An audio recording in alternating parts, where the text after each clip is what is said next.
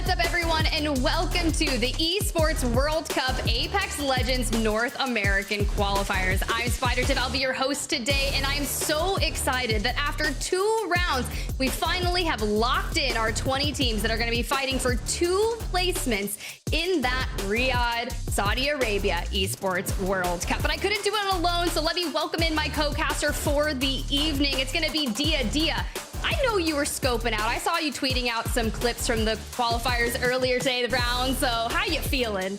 You know me, Tiff. Where there's Apex Legends competition, I'm somewhere in at least 9 chats across the scene. So I really enjoyed watching our teams rev up to the competition. But this is just one small step in the journey, as you said, to Riyadh and to the Esports World Cup Championship. And here in Apex Legends, we've got a lot to look forward to. We really do. I mean, overall, plus $60 million on the line, and that's going to be kind of kicking things off. So let's go ahead and roll the nice format video that'll explain things for you at home if you are just wondering, what is the Esports World Cup and what does that entail?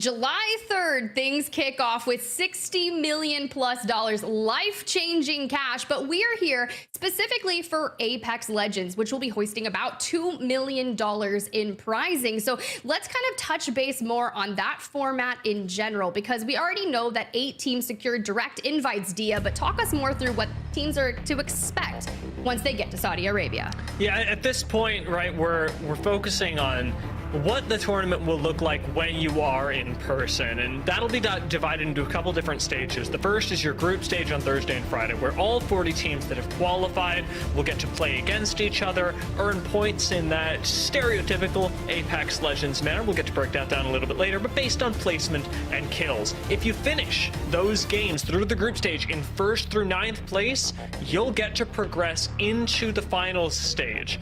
However, if you are any lower than that, you'll have to move on to your last chance qualifiers stage, where you'll actually be competing in the next stage on Friday. So if you aren't landing in the top 9 teams, you are going to have to play twice on Friday and in 2 different groups.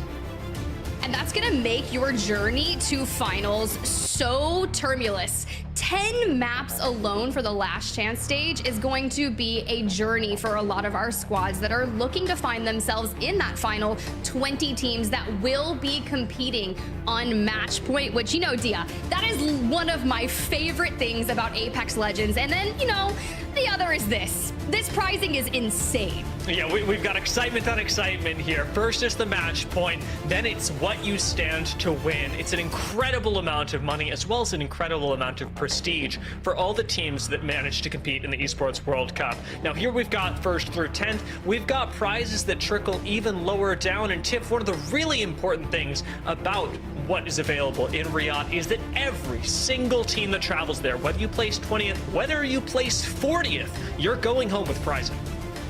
Yeah, just walking home with even, it's not a consolation prize, it's just you qualified for this prestige event, and all of your efforts will not be for naught. You get 40th place, you're taking home at least $2,000, which you got to think about it this way. The APAC South qualifiers were earlier today, and Lightning Unicorn was the first team to walk away with their qualification ticket to Riyadh, Saudi Arabia. But we're looking for North American today. And, you know, we already talked a little bit about the format, Dia, early on about what the Esports World Cup has to offer, but there's another really cool portion of it, which is going to be that club competition. So If you are a club and you're competing on the Apex Legends stage, let's say you go ahead and you win the Apex Legends portion of the Esports World Cup, well, you could also win a ton more cash. Let's go ahead and talk more specifically. I think we actually have another format video explaining what all of that entails, so let's roll it.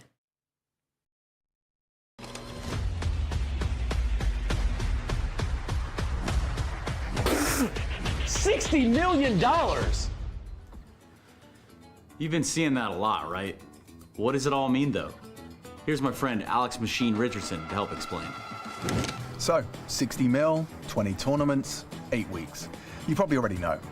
But how does a club prove themselves to be the very best in the world? That is where the Esports World Cup Club Championship comes in. The Club Championship is where things really heat up. $20 million awarded to the top 16 clubs, with the newly crowned best club in the world awarded an astonishing $7 million. Wait, so how does that actually work? It's simple. We've got 20 tournaments. In each tournament, the top 8 teams get awarded points towards their club championship total. The higher you place, the more points you get. Now, these points are worth the same in all titles, so it is important to not put all of your eggs in one basket. But it's important to remember that the club champion needs to win at least one individual game tournament. Nice, so we'll probably be seeing clubs trying to qualify across a range of games to have the best chance of getting their hands on $7 million. Yeah, man, there's your incentive. More clubs across more games, more competition. And so the race begins. This summer, we will crown the best esports club in the world.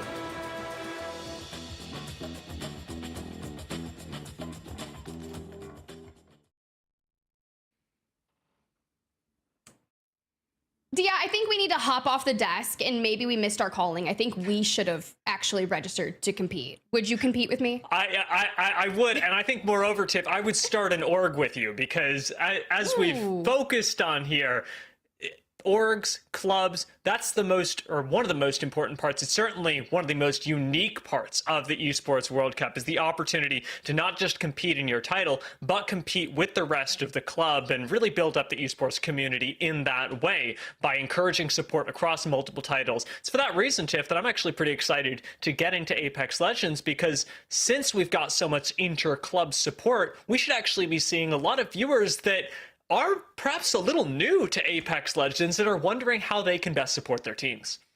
And that's going to be a really fun part. If we see, starting here tonight, we will have some clubs that are represented looking to qualify themselves to Riyadh, Saudi Arabia. So you can start getting support for your favorite trios that will be duking it out in Apex Legends. But maybe you're new here. Maybe you're wondering, what is the qualifier today looking like specifically? Well, let's go ahead and talk about the format that you're about to witness for the squads. A lot of those early rounds, round 1, round 2, 4 games. But Dia, this is where it changes. Yes, so at this point, we're playing through 6 games, and there's a really interesting thing going on here. For those of you that watch ALGS, the competition that of course spans the rest of the Apex Legends competitive calendar, you're going to be used to going 3 maps on World's Edge, 3 maps on Stormpoint, swapping halfway through. That's not happening here. Here, we do 2 maps on World's Edge, 2 maps on Stormpoint, and then we have your redemption maps on World's Edge and Stormpoint once again. That's a lot like we saw in the format once you get to Riyadh, once you get to land, having that chance to return to your home territory to get one last shot at qualification. That's what's really important here. So over the 6 games, we'll be swapping. As we've illustrated, though, the placements have really become important, because in the first round, you had to be top 5. In the second round, you had to be top 10. But in order to qualify to Riyadh, you have to finish these 6 games in the top 2 teams. This is gonna be so scary for a lot of teams, because you have to remain incredibly consistent, and that's kind of just bouncing off what we saw in the earlier rounds. Like you mentioned, like, you had only 4 games to be consistent, but for our participating teams that are going to be dropping into our 6-game series, they are on your screen right now. NGNL Esports, they were the winner of semifinals Group B, and then Ape Gang took the lead in Group A, but other squads that had such power powerful showings would be Hambino's squad, Nocturnal squad. And then you've got Meat Lovers, you know, Meat Tech running the crypto. Man, if I see another EMP, he's going to cause chaos all over, Dia. Yeah, they're certainly a team that I'm going to have my eyes on as those that are more experimental with the meta, and that's something that we've seen change about Apex Legends in the past year or so, Tiff, is that there used to be like one composition that everyone had to run, and while we've actually just come off the back of a really hard meta itself,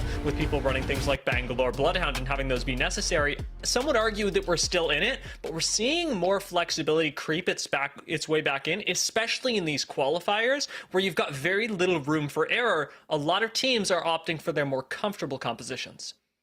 And I think that's something that's very strong for specifically these qualifiers, because you, like you said, you don't have a lot of room for error. You need to be consistent. And even at one point, we saw Nocturnal kind of return back to the Wraith pick. And I was like, you know, this is going to be fun.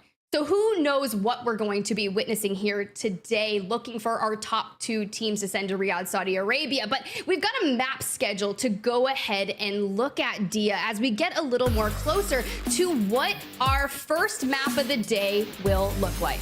Now, we did touch on this earlier about the World's Edge Stormpoint transition. You've got your redemption matches in match 5 and 6, but Tiff, because I know that we're going to be getting some new viewers to Apex, I want to really deep dive on World's Edge. We'll get to Stormpoint later.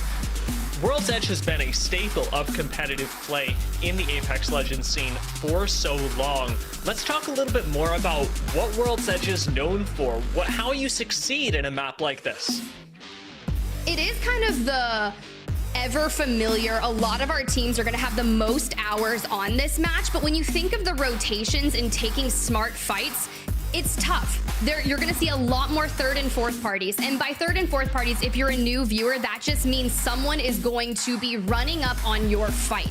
We are having trios competing here today. So if you're taking a straight 3v3, there is a good chance that there will be other squads in a nearby vicinity that can hear your gunfights and your engagements from across the map. So they're going to be looking for those 3rd parties as ways to grab those early KP that will allow them to bolster their points. So typically that's what I've seen. Also, because rotations can get really hairy, specifically towards those late games, depending on where the zones pull, whether that's into Skyhook per se. We do usually see Skyhook endings, and you have to rotate for the most part early on to secure good positionings to find yourself at the end there, Dia. And when we're moving into important spots like Skyhook, we saw a monument feature just on the cover art, we'll say, of World's Edge. One of the really important things that you have to keep in mind when we're on World's Edge is how buildings can impact your late game status. When we move into Stormpoint, there's a lot more open spaces, a lot less cover that you can sit in and really be safe inside, but World's Edge is littered with buildings that you can actually set up in for the long run. So being able to predict zone really well is a skill that matters, I'd say, so much more on World's Edge, as important as it can be on Stormpoint, because with World's Edge, it's especially difficult for any team to get someone out of a spot that may benefit them in the late game. That was really solid. Also, you kind of bring up the difference between World's Edge and Stormpoint that we'll see later on. It's the lack of elevation. World's Edge is relatively flat, with the buildings being that elevation. And all of the points of interest, or POIs for short, which we'll call them, they're closer together. So yes, you will likely see teams still grabbing weapons like the Sentinel to be able to get that opening damage, or maybe look for that knock to kind of turn the player advantage in their favor. But you'll see once we drop into it, because we got a 6-game series and we're looking for our top 2 teams, Dia.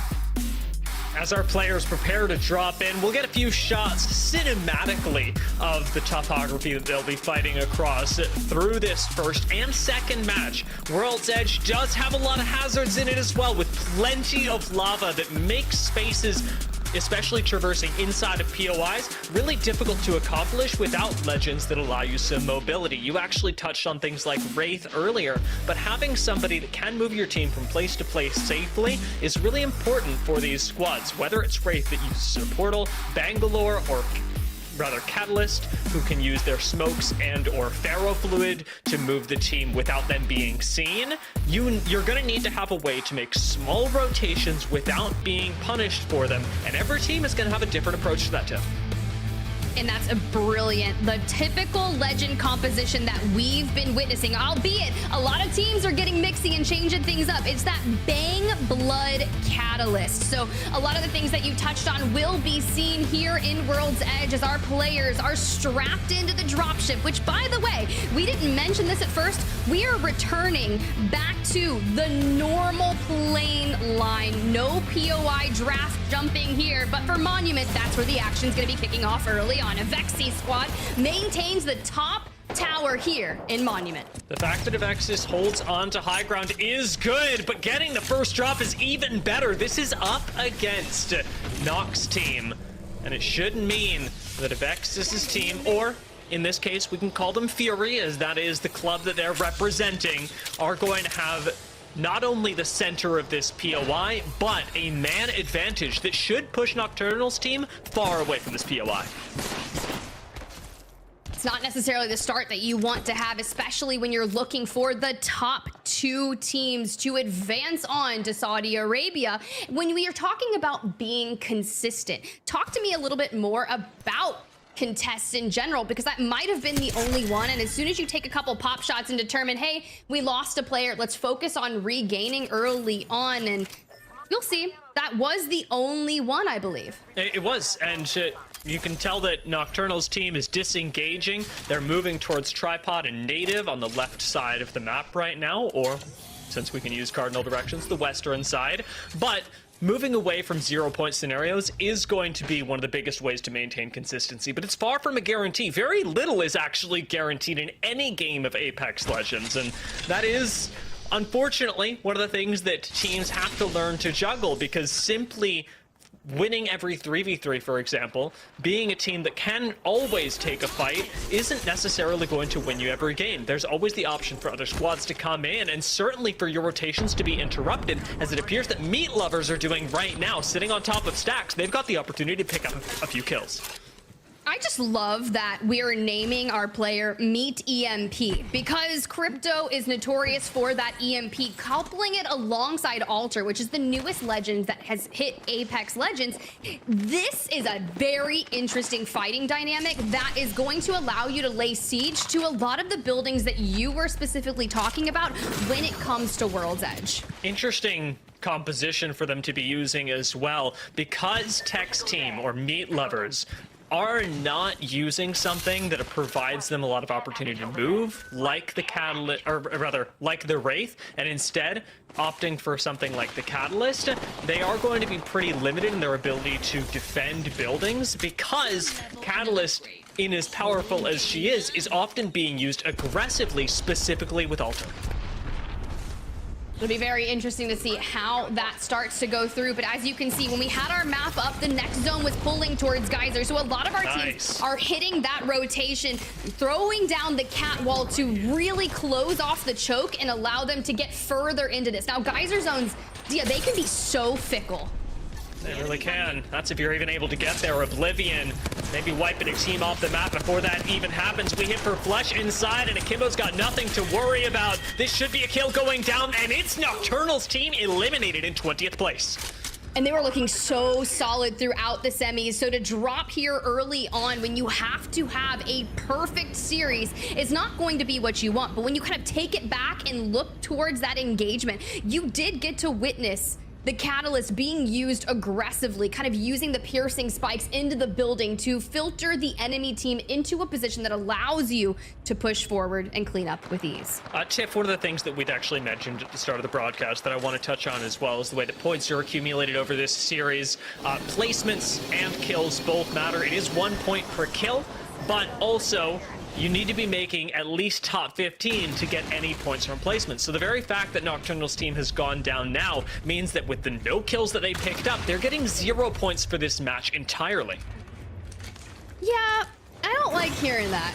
I've been a fan of Nocturnal ever since, you know, we have the Xset days, and he's kind of coupled alongside here with Fun playing with another player because we've had some things go, you know, a right post Pro League, but it's fine. We saw the roster mania shake out, so it's been very interesting throughout seeing who's going to be playing here for Esports World Cup. Now, we did talk about Geyser in general and where our teams are looking to set up. Now, I called it fickle because sometimes you can be playing inside of Geyser and the zone actually pull out of Geyser, whether that's north to No Name or Overlook or south to Big Mod. But a lot of the playable space inside that next zone for Zone 2 is not going to be akin to what is happening in Big Mod. So it is looking likely that we could see it commit to Geyser. And a team like Hambino's that is set up in the deep corner of Geyser has very little to worry about.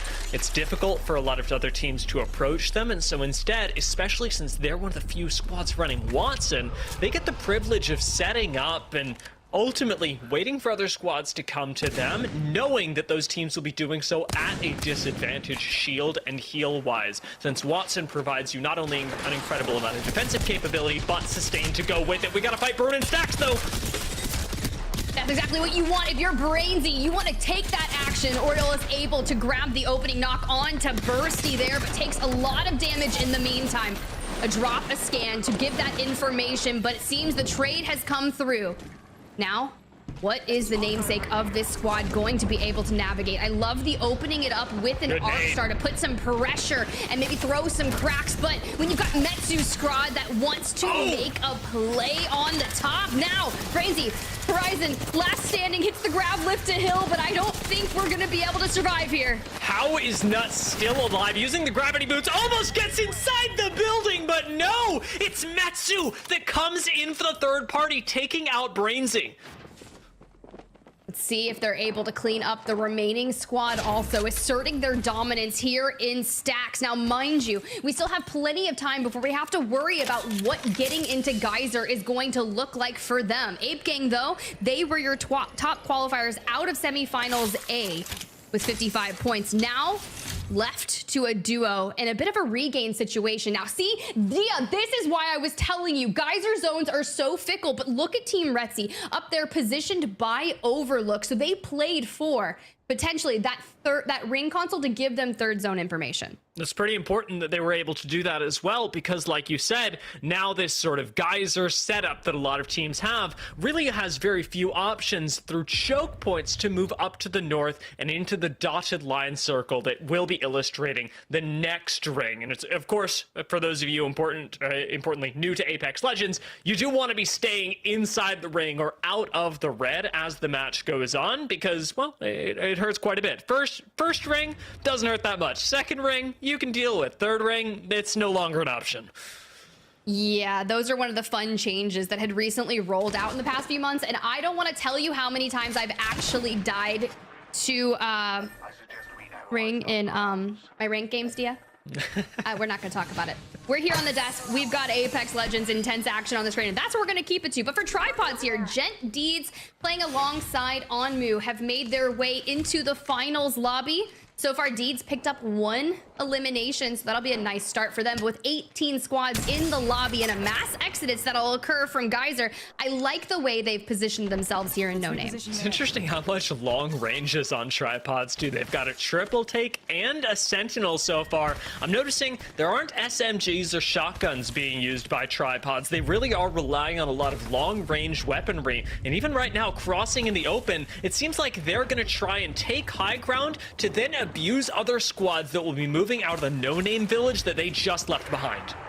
Well, meanwhile, Ape Gang has fallen and tripods are full sending the position that Retzi's squad has really separated around them. Now, I'm curious if we're going to full send the solo and maybe try to commit to a 3v2, or even if we can cross that distance. But with Onmu running the Sentinel, no, we're actually looking for a position to play inside of Tunnel for now. It's a really nice spot. Vulnerable from behind, though. We do know a couple teams should be moving through the tunnel, and so if tripods want to keep up an aggressive front, they're going to have a lot of teams to answer to. Fuse ult has gone down on this cart, as well as a Catalyst ultimate to ferry Furia in underneath the train tunnel. Vaxlod barely makes it, but it looks like they will get in here alive. How long this will survive, though, is really 50-50, because without Madness, this is not looking good for Furia.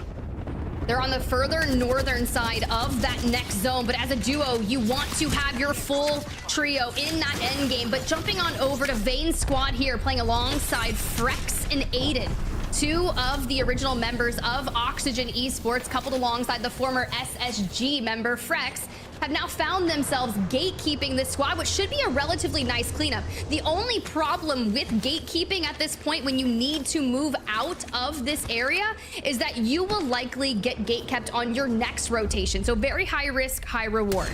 This is sort of a treat people as you want to be treated situation, and Team Vane or Team Oxygen are the ones opting into the aggression. It is incredible that they've been able to take this fight as well, because Team Metsu has been running the south side of this lobby for as long as this first match has gone on. Stax has been their kingdom, sending team after team, just eliminating Ed Gang before this, and now it looks like they may finally be shut down by this effective gatekeep from Oxygen. Now, as we see where that next zone's going to be pulling, Cloudit is really going for that further western rotation, which Native Gaming is holding that side of zone with lots of space. But Retzi, who played for that third zone over in Overlook, will have the large majority of probably one of the best spots in zone. Now, granted, we are getting a very open-ending zone, and well, Hambino showed out in the semis, and I'd love to see more of that action continue on side here. Now, a lot of us joke about Havoc Legends, but you're seeing exactly why. Just hopefully, though, Chase Mob needs a few seconds to get out of that fight and work on getting full health, but Presley with the overlook. It's pretty amazing that Chase didn't pick up a kill there with the amount of damage that a Thermite coupled with the Havoc was able to do. There's no backup from the rest of the team. Team Hambino are not getting aggressive, and there are ultimates expended for this as well. Beast of the Hunt as well as Dark Veil were used both defensively and offensively, leaving, unfortunately in this case, Chase Mob without a whole lot of offensive options, and Team Hambino perhaps stuck in this corner. And Presley's not going to have the Rolling Thunder available as well. Hopefully they'll have ult excels. But when you're getting gate kept from tunnel and you have that squad that's looking to get in, this puts you in a very sensitive situation. So we start thinking, do we have evac towers? What are our options to get out of Geyser? We can play here for the time being, but we have to start thinking about what that next rotation looks like. And well, you've got LOTR and co moving on in. These three squads will collapse on each other, but we could get our first look at what the Alter Crypto is going to fend for us here in the semis lobby. Well, in it comes. EMP followed by the jump through the wall, but it's right into a Dark Veil, leaving Tech's team with nowhere to go. The Thermite is eating them alive, and even after the Crypto Alter play, they are just burning to death. Meat lovers are down. Shinny, Tech's team down and out, and that is how you completely pick apart an Alter Crypto play. You just throw a couple Thermites and eat them alive. Now for Crook, Stunny, and co, look at our building here. Seems like we still have job not done. Vane is going to be the opposing team here, looking for the gatekeep. Scan comes in though, so we're gonna start looking for our positions. Up to high ground we go on top of the building. Jay's always been a good gunner. Jay and Stunny together have got a lot of area covered. Crook anchoring from the side, has to defend Jay, who's getting swung on from behind. There's less and less space to play for. Crook, Stunny might go down in the doorway, and he will. Huge beam from Crook, but can they answer back? Nobody's able to push to the door just yet. Scan comes through, but Jay can't push again through this little doorway. While the rest of Oxygen wait outside. They know there's already a kill in their favor. Oxygen have a man advantage.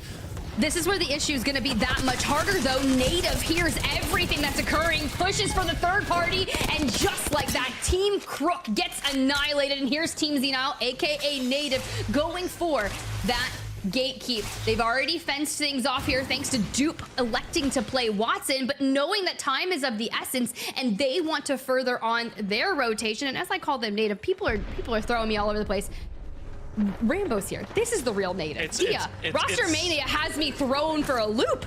It's a whole thing. I think like Zenile is technically on Sentinels now, and there's a million things going on. It's one of the things we love about Apex Legends is teams and players do get traded quite frequently. However, for the Esports World Cup, a lot of squads are really deciding on their final form. Natives perform in this game, unfortunately, is going to be one where they are down a player and playing underneath the Dorito building with another squad pushing up on them. Well, here's your true native gaming, so don't let me fool you. And they want to reign supreme, but they're actually getting sent back to the lobby. Clouded, who hit that further western rotation, still has to deal with Oblivion in front of them. But we'll see how they navigate this. Oblivion still with the health advantage, but that Nice ring, wall. it does make a play and allow them for a shield swap, but it only delays the inevitable because more teams are full sending. NGNL Esports are here to play your semifinals winners. But Arc, holy, how do we do that? Clutches it up, and with a huge nade back as well. May have bought Oblivion time to reset. Dark Veil is down, but Arcology still has another smoke in their back pocket in order to make this res possible. Team of Exis, or Fury rather, are going to use their own Dark Veil, isolate this 3 versus 1, finally take down Oblivion, the raid bosses of this no-name village. Retsy's team falls also, so now you're down to the final 4 squads. Tripods have overtaken where we had formerly witnessed Retsy's team holding. They have a lot of that, but the job's not done. They have to move forward. We do see where Furia, Madness's team, was able to get all 3 members back into the lobby. So everyone of the last 4 teams is up in Adam as our observers kind of lay the land for the final zone. And with 5 seconds left here, time to move. Does seem like Fury on the low ground have one of the best shots at winning this game, with every other squad needing to move into the ring. Tripods have taken up a lot of space, but ultimately Team Madness or Furia are going to have to fight up against the Gaming Gladiators just below them. For the moment, a lot of their focus is being put onto Fury, and this could mean the demise of all 3 teams as they will inevitably clash. Gaming Gladiators is relatively split right now, trying to put pressure on multiple squads, but here we go. Furia, with the cover of the Dark Veil, is looking to finally keep that pressure onto Team Avexis. Meanwhile, Tripods is able to just lie in wait and take their fight of choosing the Arc Star, though. It connects. The swing in from Baxlon. He's looking to rip them apart. Gaming Gladiators go down to the ring. It's just Furia with 1 member left in the 1v3, and Keon burns down to the ring, leaving Tripods the champions. The decision to commit onto the low ground was a critical play in that end game for Furia, who by doing so picked up a 2nd place, picked up a few kills, but also let Tripods walk away with the W. Yeah, when you run it back and you look at the positioning of those final 4 squads, we had talked about briefly that Tripods had moved into the position that Retsy was holding just outside of Overlook, which would have granted you the majority of that space. And since the other 3 remaining squads were on that western side of the zone, like you mentioned, Dia, with the low ground, the moment you send onto that squad and look to clean up all of the KP from there, you're essentially playing for second, knowing that the Tripods are going to be able to just waltz right in, clean up all of the damage that you had previously taken, and then just walk away with those 12 placement points and a 1st place. And playing for second, by the way, for those viewers who, again, may not have watched that much Apex Legends before, not a bad strategy in general, because it's one that's oriented towards KP. What's concerning in this case is that KP didn't seem to come through. It was Tripods on the high ground that picked up a lot of the kills onto Team Fury, leaving Furia for all of their engage pretty much empty-handed after their 2nd place. Yeah, we talk. I'm like laughing because we were just talking about cleaning up KP, making that play for second valuable. But to see the stats page and only walk away with 1, Dia, I mean, it's still a 10-point game, which over the course of a series, averaging 10 puts you at 60 points, which hopefully would get you enough to find yourself in the top 2. But Tripods, not only do they take the 12 placement points, they get 10 kills, so a 22-point game. That is how you want to start your series off. To round out the top 3, like you mentioned, Avexis there, 7 eliminations, 7 placement points for a 14-point game. Really important move for Tripods as well. 22 points off of their 1st game. That's the same amount of points that they got in all of the semifinals to make it here. Let's see how they managed to do it in that chaotic endgame. As from the high ground, they did get to run a lot of this. Once you see a Catalyst while directing Furia towards the low ground, they do a good job. They do their due diligence, making sure that the team isn't wrapping on them, and then just get to watch the Dark Veil go down. Gatekeep, a team that we know never came from below. Gaming Gladiators went down to the ring on the low ground, and it was an easy decision for Tripods to then recommit. You see Gent there with the scan to give all the information, the Thermite to burn up any bit of that. We're locked in with the Kraber, a clean shot there for the end, and congratulations Tripods to win the first match of our 6-game series in style, by the way. Anytime you can do it with a Kraber, I do love it, but you know, now we just have to wait to see what the results look like and how the rest of our squads here fared in match number 1. Yeah,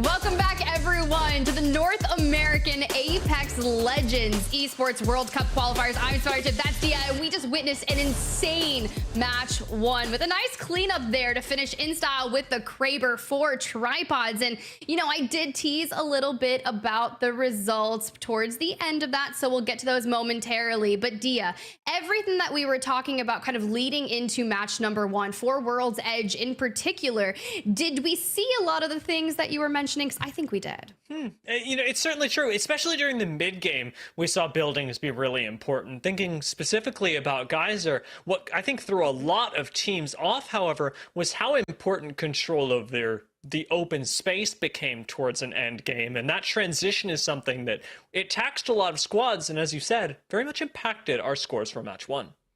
It really did, and it just goes to show you the prevalence of bringing back Catalyst kind of into the mix of legend compositions to be able to utilize the Dark Veil to chop up the space, but results are in for match number 1, y'all, and Tripods, that 22-point game to really jumpstart themselves throughout the series, and albeit Furia, aka Team Madness here, walk away with a 9 placement points for second place, only able to get 10, it's Avexis with the 7 eliminations and a 3rd place finish to really actually be in technically second place there, Dia.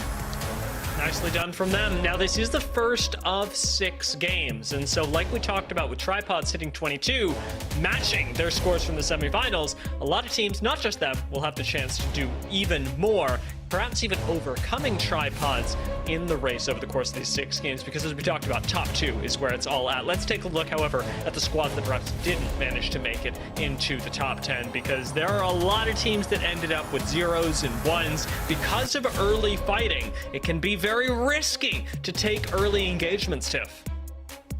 Yes, and 2 of those teams in particular, let's look at Metsu first, right? This is the team that was third-partying other engagements down in Stacks, which is pretty much almost one of the most southern places on World's Edge, and that cost them, right? They weren't going to be able to get into Geyser. They were getting gatekept themselves, but then you look at Team Vayne.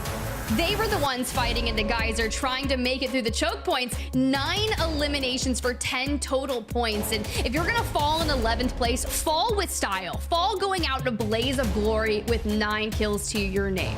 I can't help but laugh with how many teams that came from the south side of World's Edge that then became sort of our warlords of the lobby, playing for a lot of KP, Oxygen, Metsu, really the heroes, the poster boys of that particular stereotype in our first round. And it really is one, as very frequently you will see teams that like to fight early, prioritizing southern POIs like Launch Site, like Mod, and like Thermal Station that have decent amounts of loot, but also great rotational options to take out squads nearby that have less fantastic loot paths available to them. Say teams that land over in things like Tree or Dome.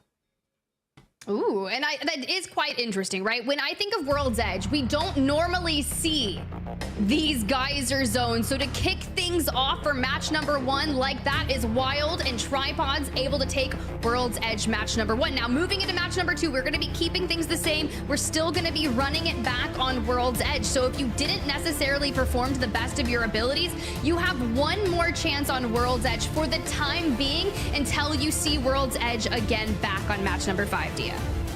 So if you're expecting the smaller map, the one that rewards quick positioning and excellent zone reads, isn't exactly your thing, well, that's okay. It's just the one map. But if this is where you're going to succeed, now's the time to do it, because I tell you what, Tiff, I wouldn't want to rely on the redemption maps later on. Instead, focus up for match number 2. See if you can catch up a little bit to Tripods, because landing in first or second place is only going to get harder the more games that you drop early on.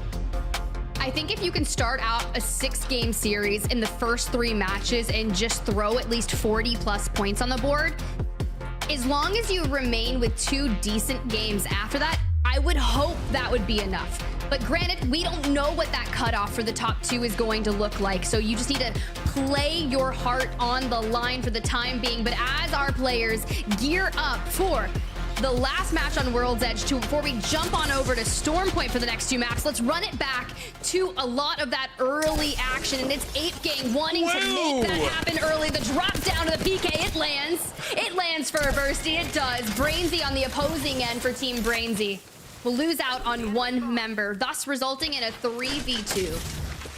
Just completely alone, Bursty does that as well. The rest of the team landing all the way over in Shree, but picks up the singular kill on the team that comes from Lava Siphon. Now, Brainsy's team should be able to recover this banner and get them back into the game, but even the singular KP early on and the Evo shield that they were able to pick up because of that is going to give a nice mid-game advantage over to Bursty's team. That is a very interesting challenge. It's like you're asserting your dominance in one of the most wild ways. But Nocturnal Squad, who had early action in Monument in match number 1, has found themselves in no name over here. Now, granted, we have Meat, aka Tech Squad, on the opposing side, and it looks like Reptar may have done enough to push Meat back into Fragment East. Taking long range with the car is kind of wild, I'll be real with you, but this early rotation that you're talking about from Meat Lovers is one that should be taking them towards the zone. Now, we haven't actually gotten to see where the next ring is going yet, but prioritizing things like Evo Harvesters on your way there and looking at the top left of the screen, and it really does seem like we're going north this time, is something that this time was denied to the Meat Lovers, and information going to be denied to the team behind Nocturnals as they now get the chance to pick off a member, dealing a lot of damage and ultimately taking down Chase even from inside the door. This should be a kill. This should be a finish. This is absolutely a great start for Nocturnal Squad. Very solid start for Nocturnal Squad. Not so hot for Team Hambino. On the opposing side here, Presley and Hambino themselves will have to figure out what are we going to do. Does Noc decide, hey, let's push into this knowing that we have player advantage and deny that? Because something that's to be said about Apex Legends is we have a lot of different legend types and they do not have a support legend. So if we do not procure Chase Mob's banner by hand, they will not be coming back into this lobby. There will be no option to craft, but jumping on over to Native Gaming here, who have just rotated into the next zone on the Monument side. Class passive, so much to talk about here. I mean, it's nice that you mentioned the support legends, but with the fast pace of action, it's almost difficult to actually get to touch on what each of these classes provide to their team. You're seeing a lot of squads running Bloodhound, who obviously with Recon has the ability to be able to scan people. We've been seeing that through the entirety of the first game, but with Chase Mob being picked up there, a big part of Recon's job as well is to hit ring cons, or rather survey beacons that are scattered throughout the map, and that's something that ultimately Chase Mob was punished for, but can give you an incredible amount of not just Evo, but information towards the next couple of minutes of gameplay. Team Rumser on your screen, and a lot of good notes here. Nocturnal had just been seen taking out Chase Mob, but have continued on into Geyser, where they clean up Team Metsu. Now, Metsu's squad is the one that went out early on with only 4 eliminations in map number 1, cleaning out the south side, and it looks like Nocturnal's team has really held up that mantle. Now, as we look towards our teams that are rotating in further north, Native Gaming getting into the action here at Monument.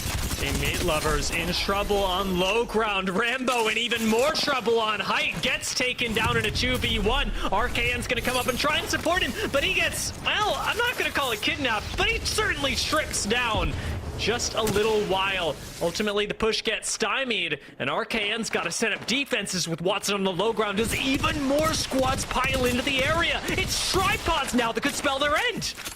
And this is what they need to do, kind of carry off that momentum from match number 1. You knew they were very kill heavy, and they want to keep up that style, opening and sectioning things off with the utilization of the nades, but well placed. They'll be able to put the finish there onto McLovin and find maybe some well-needed loot. But in the meantime, Gent swinging on the outskirts of Monument, scanning, looking for information. Yes, you expend that Beast of the Hunt on the third party, and you may not have really gotten all of the eliminations that you want from it. But the hunt, it comes through. A trade, though.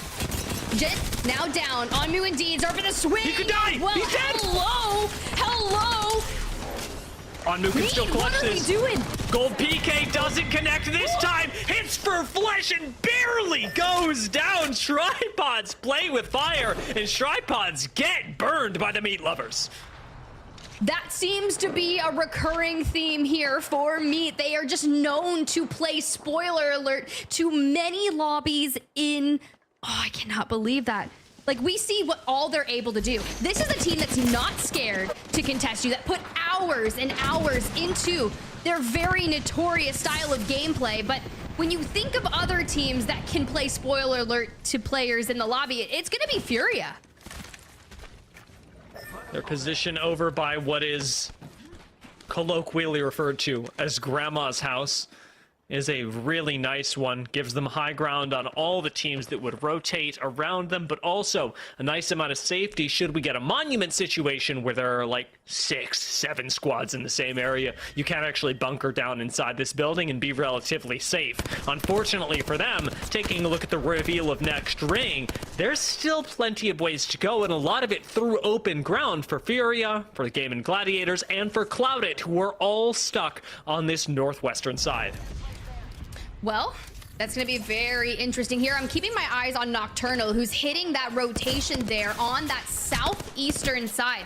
You're going to have Team Zenile just ahead of them with Brainsy rotating in through one of the choke points. Now, that can make a very congested side of the ring. And if I'm Team Zenile, I don't necessarily want to extend out and look for that engagement onto Nox team. If they're just going to rotate south and maybe assess a different way, then so be it. But for Ape Gang here, they've been able to set up shop in a truck. A team coming out of the top of Epicenter is going to have line of sights through the windows, so we need to keep apprised of that.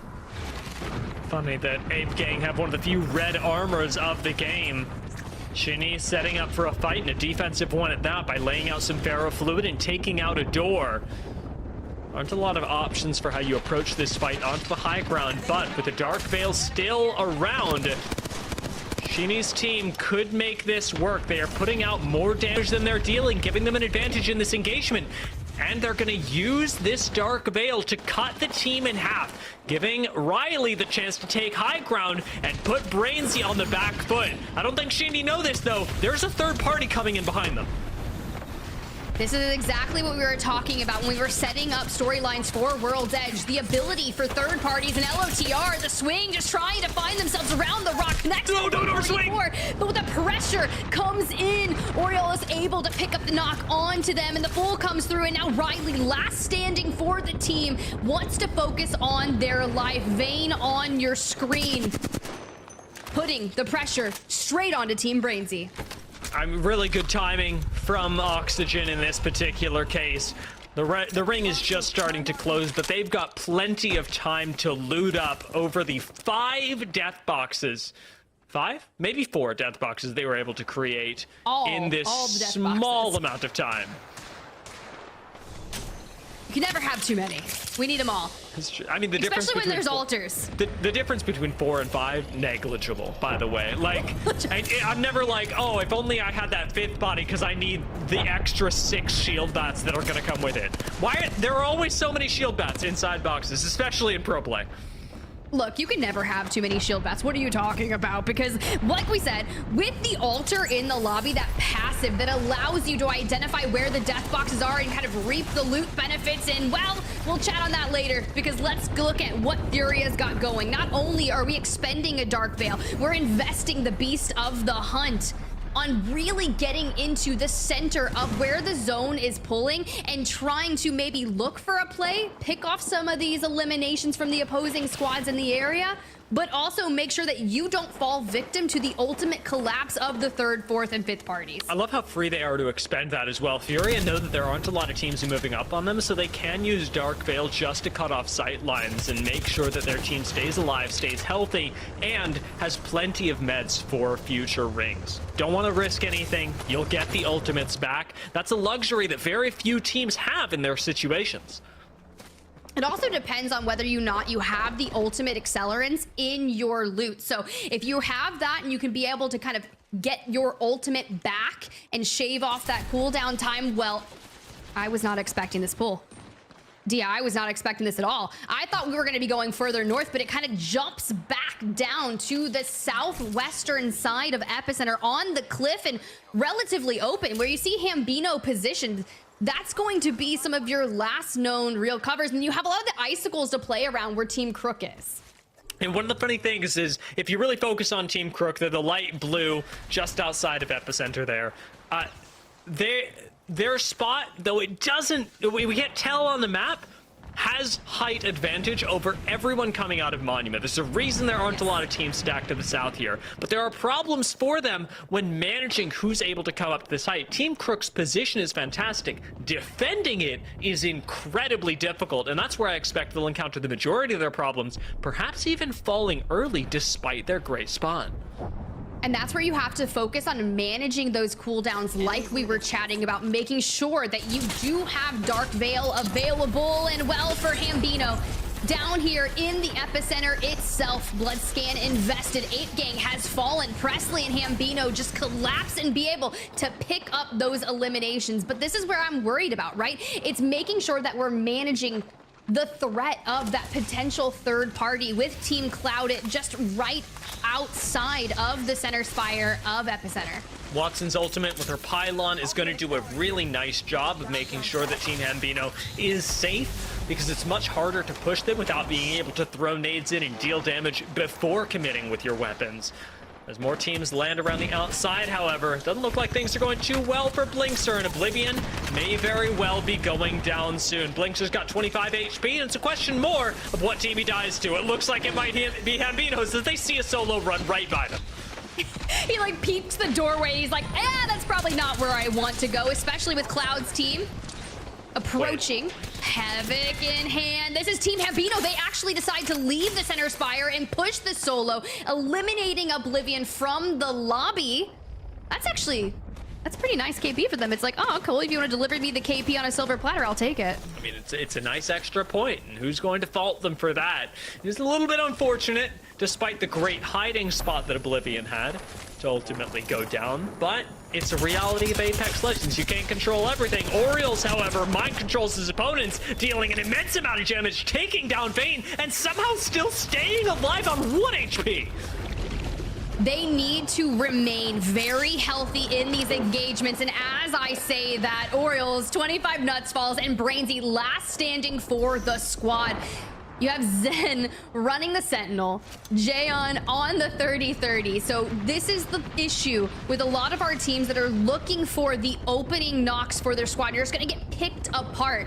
But with this free cam shot, it really outlines the pressure that these squads are going to have to maintain of keeping their health alive, not going down here, because they're not going to be able to reset in any of these engagements.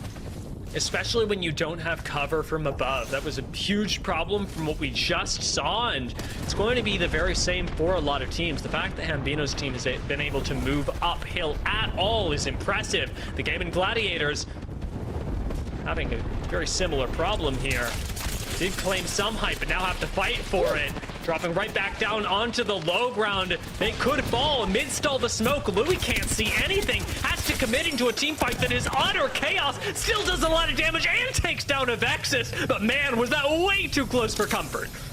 As soon as they fell onto the low ground, I was like, oh my gosh, that's a recipe for disaster. But we talk about resetting. Having the gold knockdown shield that allows you to res with half shield, half health already stacked for you is going to be able to get you back into fighting form that much more quickly. For our teams rotating out of the south side here, Oxygen will be one here. Frex, Vayne on red, Aiden on purple. We're investing those scans, and we have Beast of the Hunt in pocket should we need to fight to take a good position in ring. Absolutely terrible spot for them to be playing, but the reality is that not a lot of teams can see them, so it may be all right. Nocturnal deals with the opposite side, fighting for a spot that's good, but with way too many sightlines from other squads to be able to effectively deal with. Team Madness are rotating through zone. A reminder that this one can and will take you out, only to fall to the ring. They do trade back, but ultimately will fall themselves. Furia are gone, and Hambino's squad, with the Watson setup and the cover from above, still managed to survive through it all. I need a Hambino win here. You think about their match number 1, they were outside the top 10. So if you want to fight for the top 2 to advance onto Riyadh, Saudi Arabia and compete in the Esports World Cup, you have to bounce back here. And Team Crook, we talked about this early on when they moved into the position that had the high ground overlooking Monument. It's going to be a position that is tough to hold on to, but they have done well so far, now into the top 6. And the reality is that their only concern was defending from squads that would rotate up onto the high ground. And while it can be difficult with so many teams wanting to do it, it doesn't look like anyone really had the gumption to. Nobody was looking at this going, oh, we're going to be the team to take high ground. And because there were absolutely no squads willing to take that risk, Team Crook hasn't had to fight anybody. You can tell they've got 1 KP. They've done just a little over 400 damage. This is not a team that has been farming the lobby. This is a team that has gone largely unchallenged. It really has. In the time being, Team Tech meat is all the way on that westernmost side. The zone is closing, and two of them have left one behind, and Hambino's squad on your screen fighting for their life amidst the Watson fences, which allow you such good space control here in open engagements. But when Aiden and co, they throw down the Dark Veil, they're opening things up with frags, looking for additional damage, and start pilfering their way through the smoke, looking for that, hitting for flesh. They are just looking for a collapse straight on to Team Hambino. Presley down. The advantage belongs to Oxygen. They don't have to do much at this point, but throw in harass, not take an overswing, and Hambino's team dies casually, being shot in the back. Now that the rotation up, it looks like we're going to be dropping another squad. The Meat Lovers fall, and Oxygen still have the pylon that Hambino's squad left behind to defend them from nades that were coming in from above. Well, now into the top three we go. Team Vayne, aka Oxygen, on your screen, have minimal space into that next zone, but they're able to find some semblance of shelter around this rock. Now, the question is, what kind of team is going to look to put pressure onto this? Because we talked about Team Crook, who had the high ground early on outside of Epicenter. They control the majority of this end game and are allowed to put all the other squads left standing into disadvantageous positions. Team Retzi, Team Crook, Team Vayne. Not all in the best spot. Team Retzi specifically down to just one member with Albralele healing on the low ground. A very different endgame dynamic than we had last game, Tip, where it was all squads of full threes determining who would fight who and where. This time, with essentially only two squads in the running, there's a chance for Albralele to change somebody's game for the worse, but at this point, it's very likely to be Team Vayne or Team Oxygen that suffer from that casualty. That's going to be what's going to need to be happening. If I'm Alb, I want to play spoiler to the straight up 3v3 that will occur. Scan from Jayon on your screen, and well, we're going to start putting that pressure. We clean up Alb and now set our sights into that isolated 3v3. Team Crook taking on Team Vayne.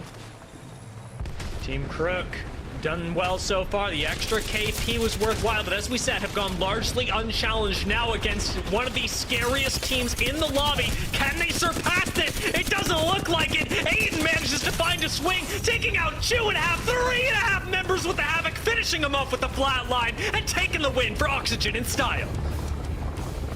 In style, with ease, and maybe one of the quickest 3v3s we've witnessed here so far in match number 2 to be able to take the win. Now, granted, we saw that kill leader badge come through right after the win, so one member at least has 5 eliminations, which would be a solid game for them, and honestly, well needed considering they had found themselves outside the top 10, albeit with plenty of eliminations, 9 alone, just from match number 1.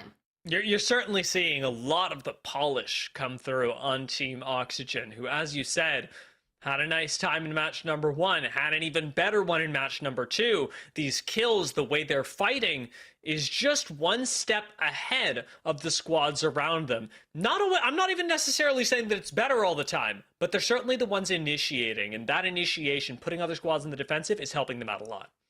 Let's go ahead and pull up those stats from match number 2 to really drive that home. 9 eliminations in match number 1, and well, they double down and go 9 eliminations in match number 2. For Team Crook, though, who got into their position outside of Epicenter early on, were able to play spoiler alert to 5. So that's a solid game there. 14 total points, Dia.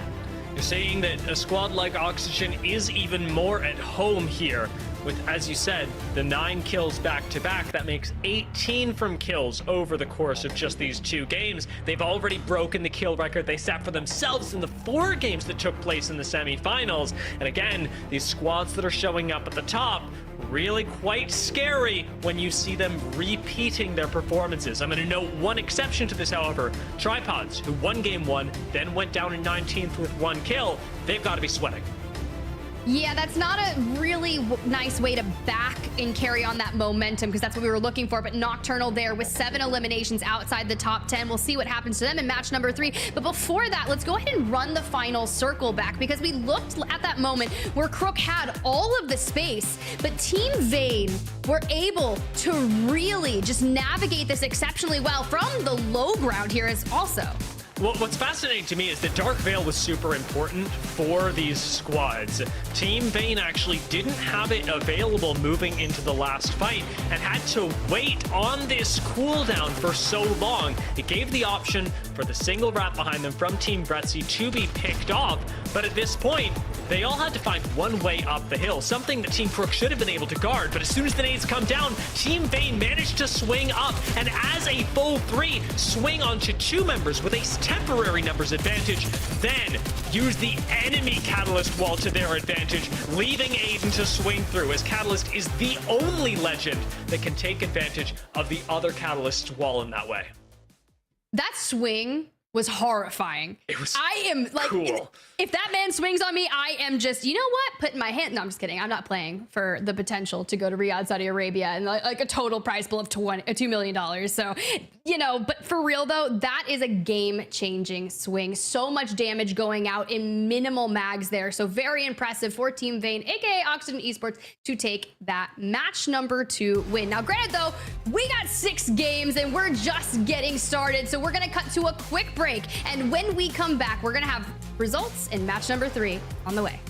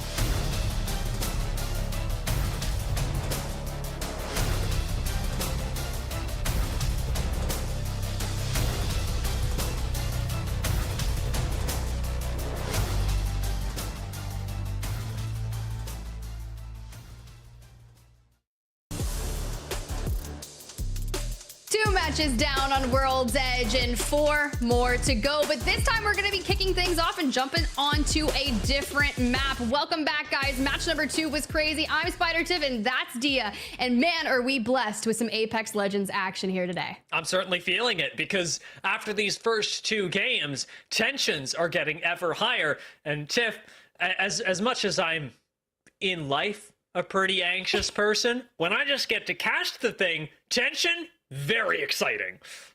It really is. And let's go ahead and look at those results because that's going to be exciting. Because at the end of the day, we're looking for our top 2 teams. And well, we'll have to see who gets there. Regardless, Vayne squad walks away with an epic win there. 9 eliminations, 21 points.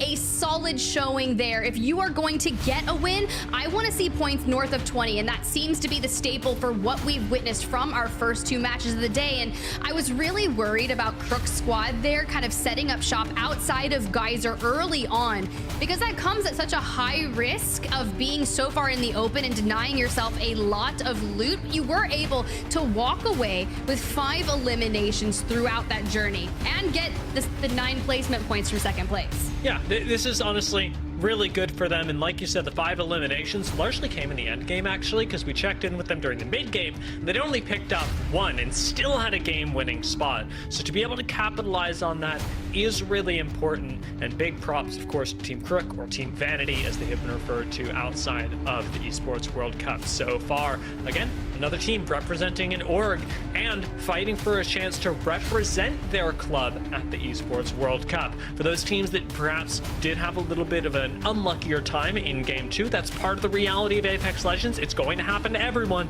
but Tripods, Metsu really standing out as teams that were very aggressive, in some cases very successful during the last round. Didn't quite have that in match number 2, and I can't help but wonder how their playstyles will transition onto Stormpoint, because for me, those teams that like to get a little bit more aggressive, I've seen have a little bit more anecdotal success when we get to the more wide open map of Apex Legends competitive.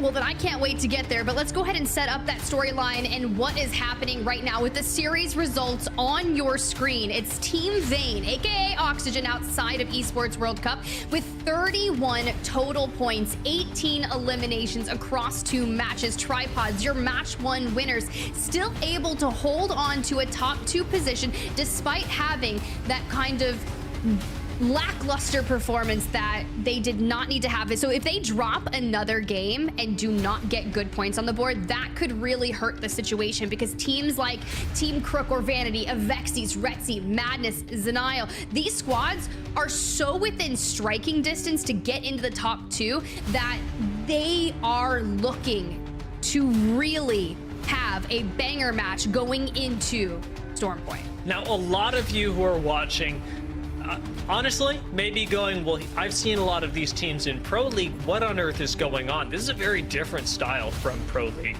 Needing to place top 2 in a Pro League match almost never happens. The stakes are nearly never this high, because here you've got just the 6 games to perform. It's not even like you're on match point, which ultimately we will have in the finals in Riyadh. But in this particular case, it's 6 games, now just 4 left, where you have to leave with everything that you could have possibly done in your favor here. And that is catching a lot of pro teams off guard who like to play a more measured game. And we're seeing teams and players that have succeeded in the challenger circuit, where it really is all about how many points you can put into 6 games, succeed here in the qualifiers in North America.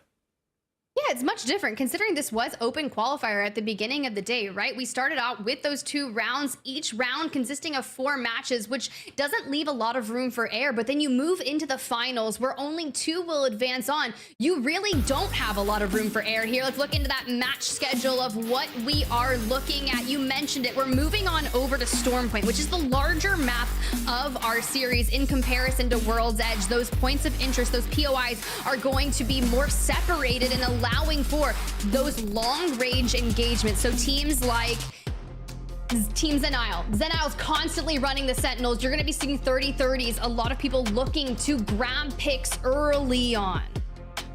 It was something that we'd mentioned, I believe it was in game 1, about Zenial's squad, that they were running a lot of the long-range options with triple takes, with sentinels, controlling open space. It's not really a strategy that vibes super well with World's Edge. Stormpoint, totally different story. You control open ground, you're able to pick up long-range kills. You could be ending the game with over 12, over 13 kills. I said 13 like it was a massive jump, and it isn't, but it feels like it is. It feels impactful. It is if you couple it with a win and get 12 points and you look at like a 25-point game. So I think that's pretty solid. But for those of you at home, let's lock it in, because our first match on Stormpoint is about to unveil. That dropship plane line is going from the furthermost southeastern side and cutting up towards Down Beast in North Pad. And as our teams make their way across to their POIs, I'm looking to see if potentially will we get another contest. And you know, those teams that are outside the top 2, they can't really afford that right now.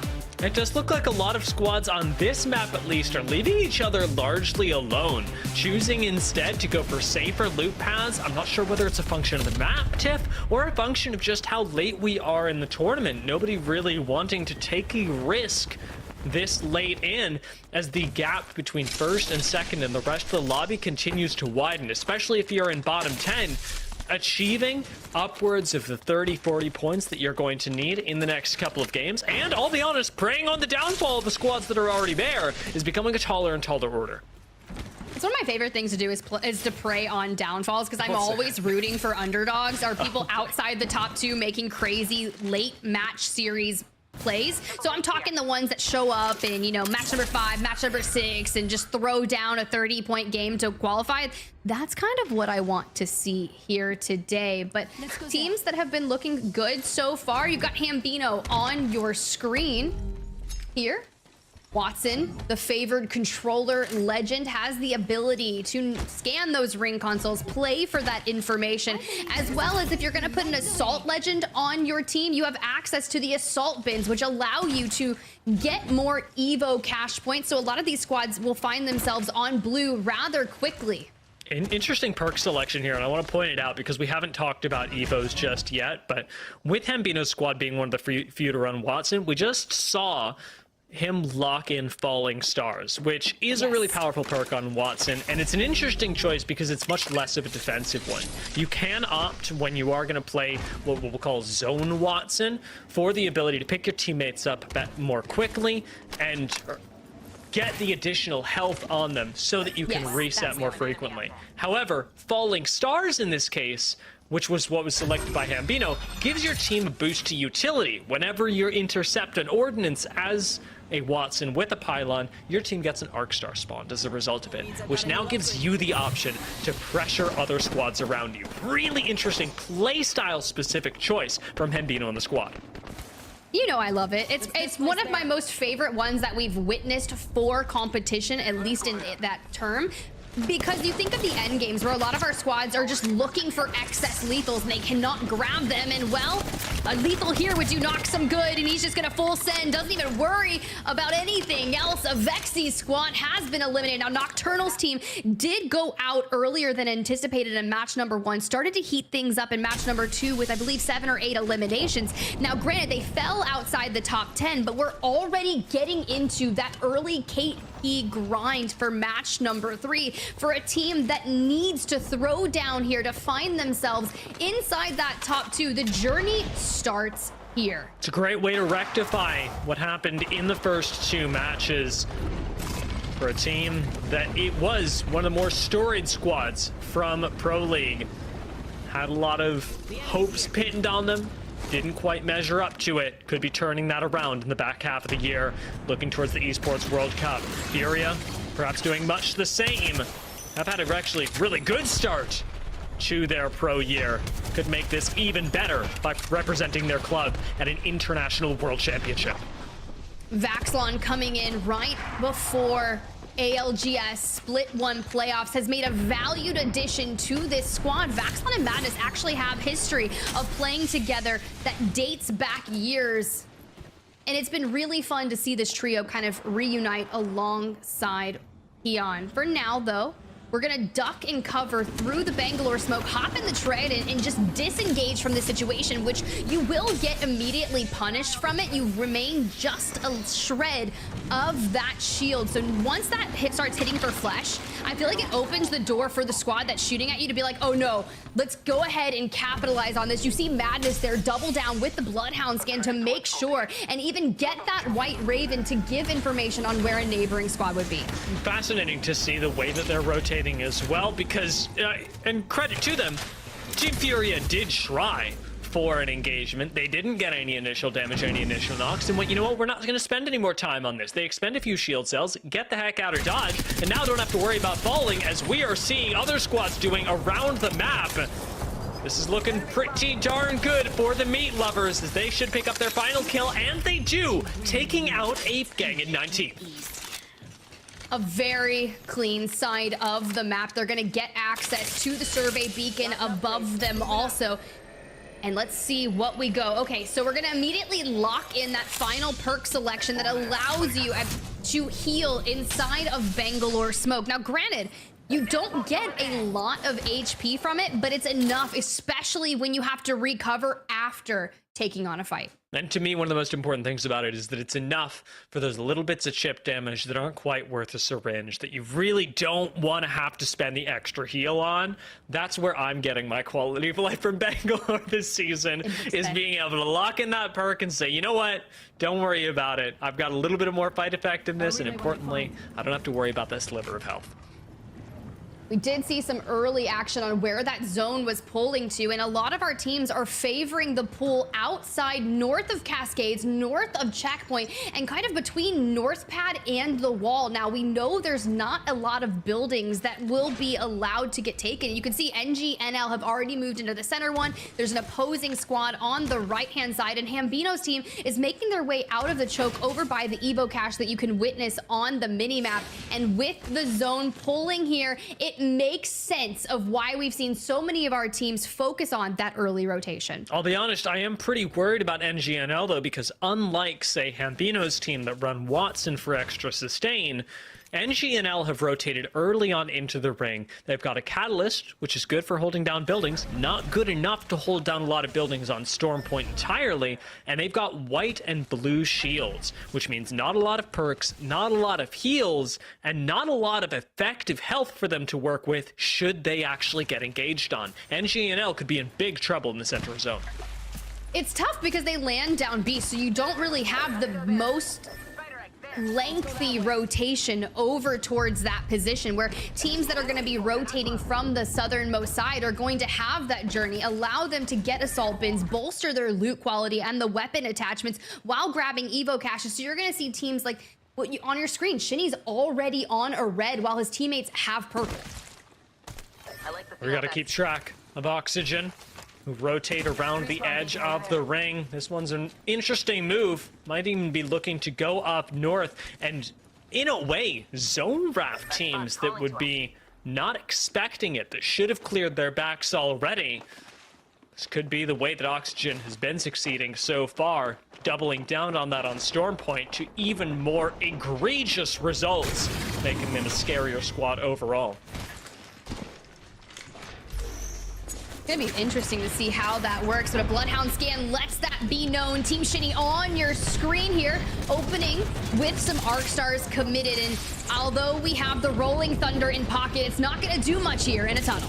What is this ball, though? Like, walling off from Sheeny on one side has just left the other entirely open. Sheeny gets a good amount of damage, and while a lot of nades have been extended, Riley's still got safe heals. Somehow nobody has actually fallen yet, but Not Nuts is going to break that trend as we've got a third party coming in, and it's Metsu the Warlord coming in to pick up a few kills. With Brainsy having fallen early, though, Shinny's got to run away from the horizontal. Nades exploding behind Riley. 3 frags alone, and Riley doing so much damage, but takes too much of their own. Metsu, the king squad for those third parties. We lose out on Riley, and LOTR and Shinny just trying to hold on, but the swing comes through, and Metsu is going to win that bout, and here we go, just holding on for the time being. LOTR TR with the hipfire on the Hemlock is able to do just that, but the job's not done. Brainsy, though, wanting to get back in on the action, have just re-entered the fight and take it down. Lord of the Rings 31 did a great job taking out the Warlord Metsu, but the third party really does hurt both teams, and ultimately it is weird to look at that and say, well, Brainsy walked away with the win that time because they were the ones that were getting engaged on, they were the ones that were on the back foot, and the third party threw all of that into disarray, Tiff. Let's hope that they have a mobile respawn beacon to be able to get their teammate back into fighting form, because with this zone starting to pull even further away from them, they still have to rotate through checkpoint. There may not be a good area for them to find a respawn without having the mobile. But for now, we'll keep an eye on Brainsy's rotation straight through checkpoint. And well, Furia doing Furia things here in the Trident, very much outside of zone, just hitting the rotation from the northernmost side out back of wall. This does not look good at all. Furia taking a really long time playing in the red. Looks like one of them will go down, but it is to the ring, so there's a chance that they managed to find a res in the buildings that they just barely got into. Super weird play from Furia, though, and that is the zone wrapping that we were talking about earlier, perhaps coming back to bite them. It does look like from the map view that they've stabilized. You can check in with them in the upper right-hand corner of the screen. Team I'm Madness, where a lot of other squads will be focusing on the circle covered in or surrounded by a dotted line. That'll be the next zone coming in after this. Moving into that, where NGNL, Nocturnal Squads, Oblivion, Cloud8, Retzi are all sat right now. That's going to be the area you need to control should you wish to win the game in map number 3. That's a rogue zone, Dia. That is not a fun one. Anytime you have an open zone that really encompasses that area, that where all the choke points kind of align and it's very open with minimal spacing there, you do have the IMC armor area that Cloud8 had occupied, but it's going to not be involved towards later games. Now, jumping into a squad that has a journey to get into that next zone, it's gonna be Meat. Tech here now on the very outside of where they need to be, and when 10 seconds, that ring is going to start to move and really force them out. With the move into this specific map, does seem like Big Caustic has swapped from Catalyst onto Bangalore, giving you a little bit more flexibility around the open space that Stormpoint provides. But it doesn't seem to have let Tech's team feel too comfortable just yet. They do have the option to drop down and take a fight, but with very little time left on this next ring, they're going to have to run forward knowing that there is a team at their back in the meantime. Fury are suffering losses in the kill feed, and it seems that we're going to be losing a lot of teams here too. Okay, well, we're electing to throw that evac tower. It is a last chance hope, knowing that they can hopefully leapfrog over Team Hambino in the choke, but Rumser running down Team Oxygen. Now, granted, that is your current first place team. They're able to grab that knock onto Aiden, who played Superstar in that last fight against Team Crook in match number 2. And look at where we've landed. We're playing the fence line, and a rock. Meat has fallen. Will not be making it towards the next zone. Aiden also not going to be a part of this game anymore. With 14 squads left, we could see the first game where Oxygen fall early. The game in Gladiators suffering on their own. Even in Beast of the Hunt, doesn't seem like they're going to see much. This game in Gladiators do pick up a couple of kills. No other squads coming in behind them, and they will be able to find a res, giving them some much needed stability. Well, it was Rumser that was working on that fight against Team Oxygen, and that left them outside the choke and allowed Game and Gladiator to waltz on in and procure a most excellent gatekeep if I've ever seen one. Now they have to set their sights forward and work on getting into that zone where teams like NGNL Esports and Oblivion have been since early in round 1, round 2. And a team that has actually made themselves in is Team Nocturnal. They have found themselves in that next zone as well. Wondering how we get there. When we know that Team Nocturnal's already sat in the next ring, what are you gonna do moving out of checkpoint with so many squads stacked in? And look, these aren't even the only two teams sat here. We've got Brainsy on the low ground ripping an evac tower to try and do the same thing. Native can cause problems on the low ground. And for everyone coming out of checkpoint, I gotta say, I'm taking my hands off the wheel. I'm letting someone else drive, because getting out of here is going to be a nearly impossible task, even with evac towers. I would not want to be the one making the calls, but if we're going to jump onto the evac tower from high ground, we are going to take at least 150 damage. We are mere bullets away, and Native Gaming on the ground, walking it in through the north pad side, is going to want to accept you with open arms. Now, granted, Onmu does fall. That'll leave the duo left standing, and Native has doubled back, looking for squads that are maybe waltzing on in through the choke. Nice damage from McLovin. I'd get out of there while we still have the time. Health is a little bit too low on McLovin to be sure that you won't go down to a one clip. And getting into the ring has to be the utmost priority for Native. It's a good call to disengage with the damage they already did, and they'll still be able to gatekeep squads, as within the safety of the zone, they now get to extend and look for a few more kills, even using the Dark Veil to make sure that it is safe to move up on these. Rambo does take a lot of damage, but with the backup of the team, it'll be Brainsy's squad that falls first with an immediate, now Bangalore ultimate coming in behind them. It looks like Native are not going to be left alone. In fact, they've lost 2, and with Rambo on 1 HP, they're going to go down entirely. That is some killer instinct from Teams Denial behind them. The way that just went down in favor of Teams Denial is crazy, but then you've got Retsy's squad that wants to throw the pressure straight on into that. They're not fully committed on it because they have a building. Granted, they'll have to move, and well, we saw this rotation from Oxygen early on. They had lost out on Aiden throughout the evac tower rotation and have been kind of nestled between the fence and rock ever since, just constantly popping up to shoot, looking for any knocks that they can procure. But for Denial's team, who's playing in this open area, and they've got a trench to boot alongside it, they're not in, and this next rotation, once we kind of see that clock tick down into the 20s, is not going to be easy. Team Retzy are the ones that have been set up in this position since 5-10 minutes ago, and Denial has not been able to uproot them till now. I don't see why they think they'd be able to at this point, even with the loot they've got. It may very well be the Team Denial take a different route into this ring. Spot recently has been freed up as well, since Team Crook has just gone down. Well, benefits here for Team Oblivion, still able to maintain their building, but they held the one on the right-hand side, but they've moved into center now alongside NGNL Esports and even Game & Gladiator. But for squads that are still looking to make a play, Team Retzy on your screen, Alb kind of smoking forward. However, a team had that expended Rolling Thunder to suppress their rotation because you don't want to get you do not want to get stunned or take any initial damage, and it's going to be Denial's team on the outside of that, but here comes the push. Gotta look out for being shot on the side, however, by Denial's team. Team Retzy has ignored them up until now, but with a push forward, you do not want to be caught getting shot in the back. Instead, it's Retzy that will return fire down to the south instead. This is Team Denial on the ropes across from them. Retzy, even out of Beast of the Hunt, knows they've got the chance to finish off a very problematic squad.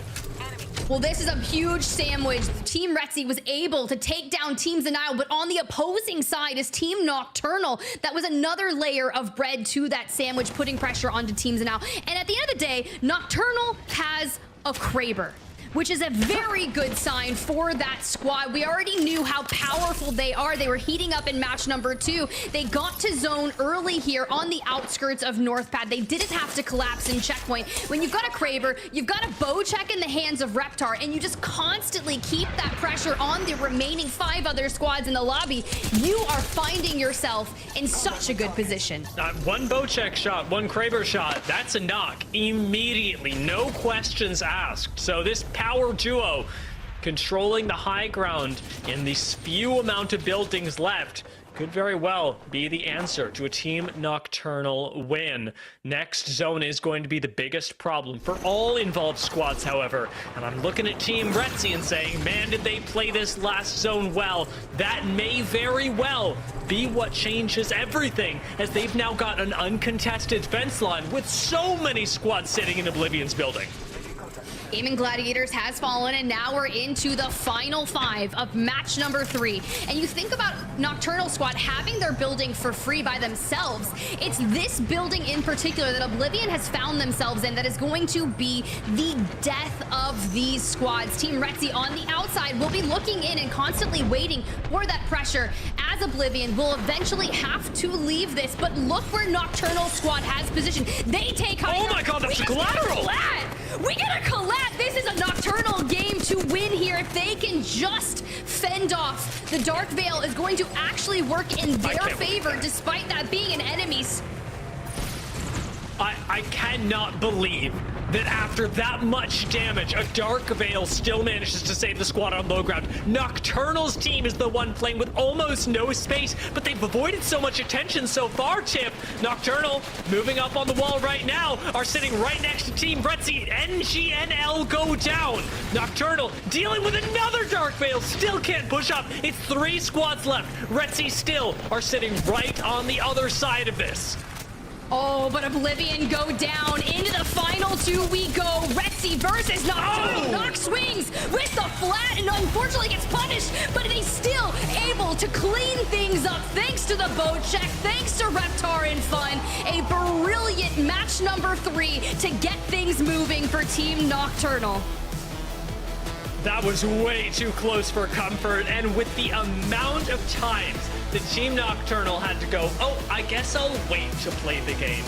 They do a lot of damage. There's a catalyst wall in front of them. They have a rotation onto Team Retzi. There's a catalyst wall in front of them. And every single time they took that in stride, they found a spot to play that didn't put them at too much risk, and they didn't get punished for it. Fantastic win from them, and I gotta give credit where it's due. Great play from Team Retzi as well. We really highlighted their position moving out of the last 3 zones, and they managed to get all the way to 2nd place with, I'm sure, plenty of KP to back it up.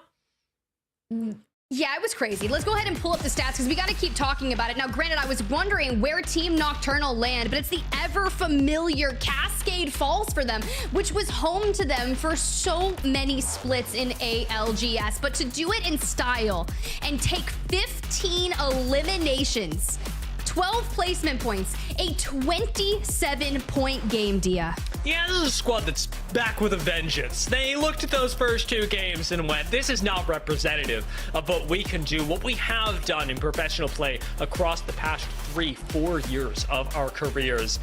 Nocturnal's team really cements themselves, should push themselves into the top couple of squads into contention for a spot in Riyadh with this game. With still a couple of games left to go, Tiff. Lots left to be determined, and Nocturnal's team will have to keep this up. Retzi walks away with 5 eliminations, Oblivion with 4, but let's go ahead and run back that final circle so we can really dissect what happens. Because at this point, this is where we're talking about that enemy Dark Veil that really stifles the push and capitalizing on the damage, but it also helps out Team Nocturnal. It hides them from the left-hand side.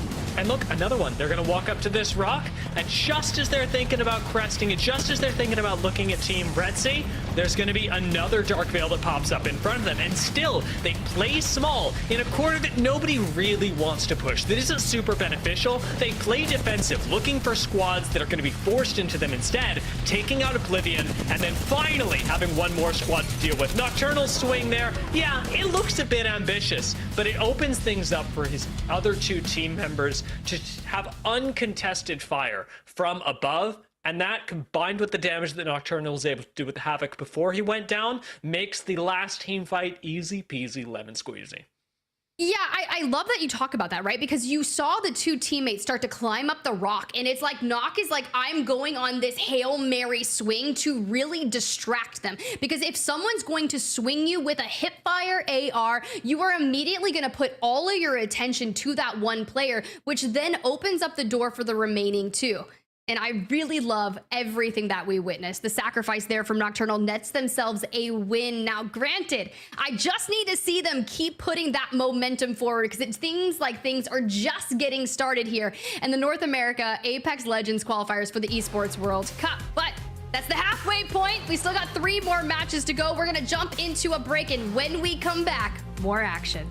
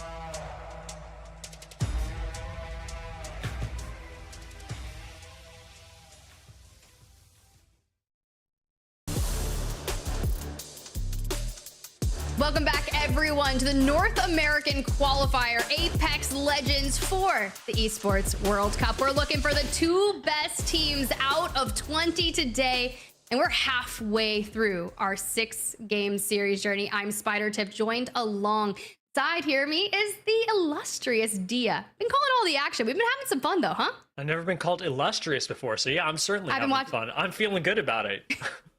I was gonna say, I've been watching a lot of TV lately, and illustrious has been used quite frequently in some of the shows that I've been watching. So I was like, why not? That's perfect for you, Dia. But let's go ahead and bring up some more interesting facts here, because now that we know that we are halfway through our series, let's look at the match 3 results, because we knew it was wild, but I didn't realize just how crazy it was. Do you remember how before this game I was going, you could get 12, even 13 kills, and I was like, why am I getting so hyped about 13? Imagine if I'd said 15 there. I think my vocal cords might have exploded. But here we are, Nocturnal with 15 kills. This team looking incredible with a 27-point game. And as we said, this is expected to boost them super far up the leaderboards and into contention for those top 2 spots that will qualify the Esports World Cup in Riyadh. Now, Team Retzi right behind them, not a team to be underestimated by any means. They had a top 3 performance in match number 2.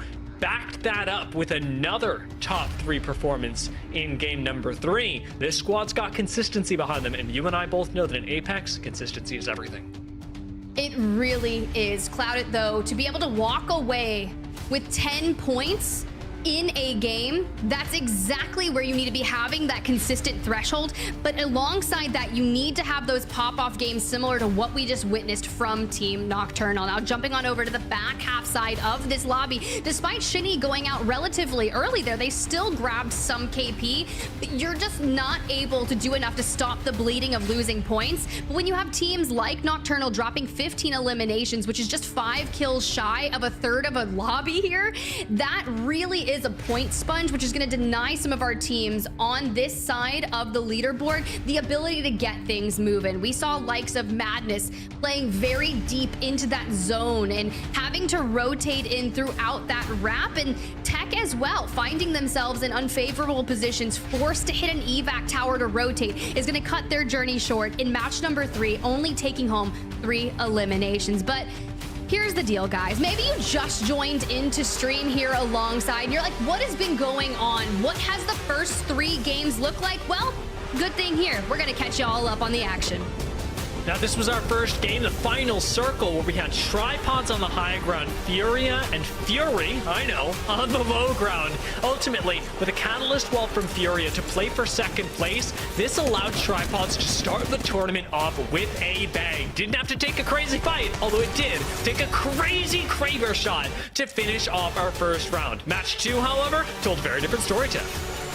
It did, and this is where I got really interested, right? We had Team Retzi out last standing on the opposing side, and that's where Team Crook was looking for that cleanup to put themselves into the final 2. Now, Team Vayne has the low ground here, but it's Aiden, the superstar of this play. Despite all the lethals being thrown their way, they navigate through, destroying the piercing spikes, and filter through the enemy Dark Veil for a Hail Mary swing straight onto the Catalyst, take down Stunny, switch to the weapons, throw down so much damage, and clean up Team Crook with ease. That's 2 clips for 3 people. They call him Aiden the Destroyer for a reason. Now, we just watched match number 3, and this was with Team Nocturnal constantly being put in a corner. It was Dark Veil after Dark Veil. They didn't seem to have an option for the end game. But Nocturnal takes matters into his own hands, buys space for the rest of the team, takes a super wide swing, and lets Reptar and Fun clean it up, taking them to, you heard it, a 15-kill victory. That rockets Team Nocturnal to the top of the standings, 35 points after 3 games, with Team Vayne right behind them at 33. And we mentioned Team Retzi, their consistency, well, they're not that far behind. No, it's definitely paying off to shoot them just 3 points outside of that top 2. Now, granted, you need top 2. We're only sending 2 teams from this qualifier to Riyadh, Saudi Arabia, to compete for $2 million and the chance for more. But the teams that are on the outside looking in, Tripods, Crook, Team Denial, Oblivion, you just need a good game. And as we're moving on to that back half of the series, there's only 3 more maps to be able to make that play to do so. Now, what's interesting about this, Tiff, is that this isn't an even amount of maps, or an even amount of matches on both maps. We're actually getting 2 on Stormpoint with 1 of the regular, 1 redemption in the next 3 games. There's only 1 redemption map left for World's Edge that'll give teams the chance to come back, work a little harder than they were able to, but ultimately, if you are a team that wants to play more conservatively, play inside buildings, your time is largely over, and you've only got 1 real round to rely on to get yourself into top 2, which is a very tall order. It's truly a tall order, but with the numbers being so incredibly close on that series leaderboard thus far, I'm looking at the 4th match in particular to be the one that potentially moves the needle. Now, Nocturnal's team has been just improving match after match, but I really need to see them kind of keep that momentum moving forward. But for the Tripods, who had such a standout performance in match number 1, we're really holding on to the match 1 scoreline to keep them moving throughout. Now, it worked and kept them into the top 2 after 2 matches, but then you see them fall out of the top 2 in match number 3. This is their time to to really circle back and find that scoreline that allows them to be in the top 2. So let's go ahead and pull up the map schedule and show you just what we're talking about. Yeah, this is going to clarify everything. If you were just joining us and you were like, what was he talking about with these redemption matches, whatever.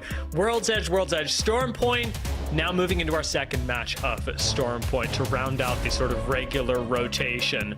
With already 3 big wins on the board, Storm Point still presents itself as a very aggressive map, and we actually saw some teams really avoiding fights here, which caught me off guard.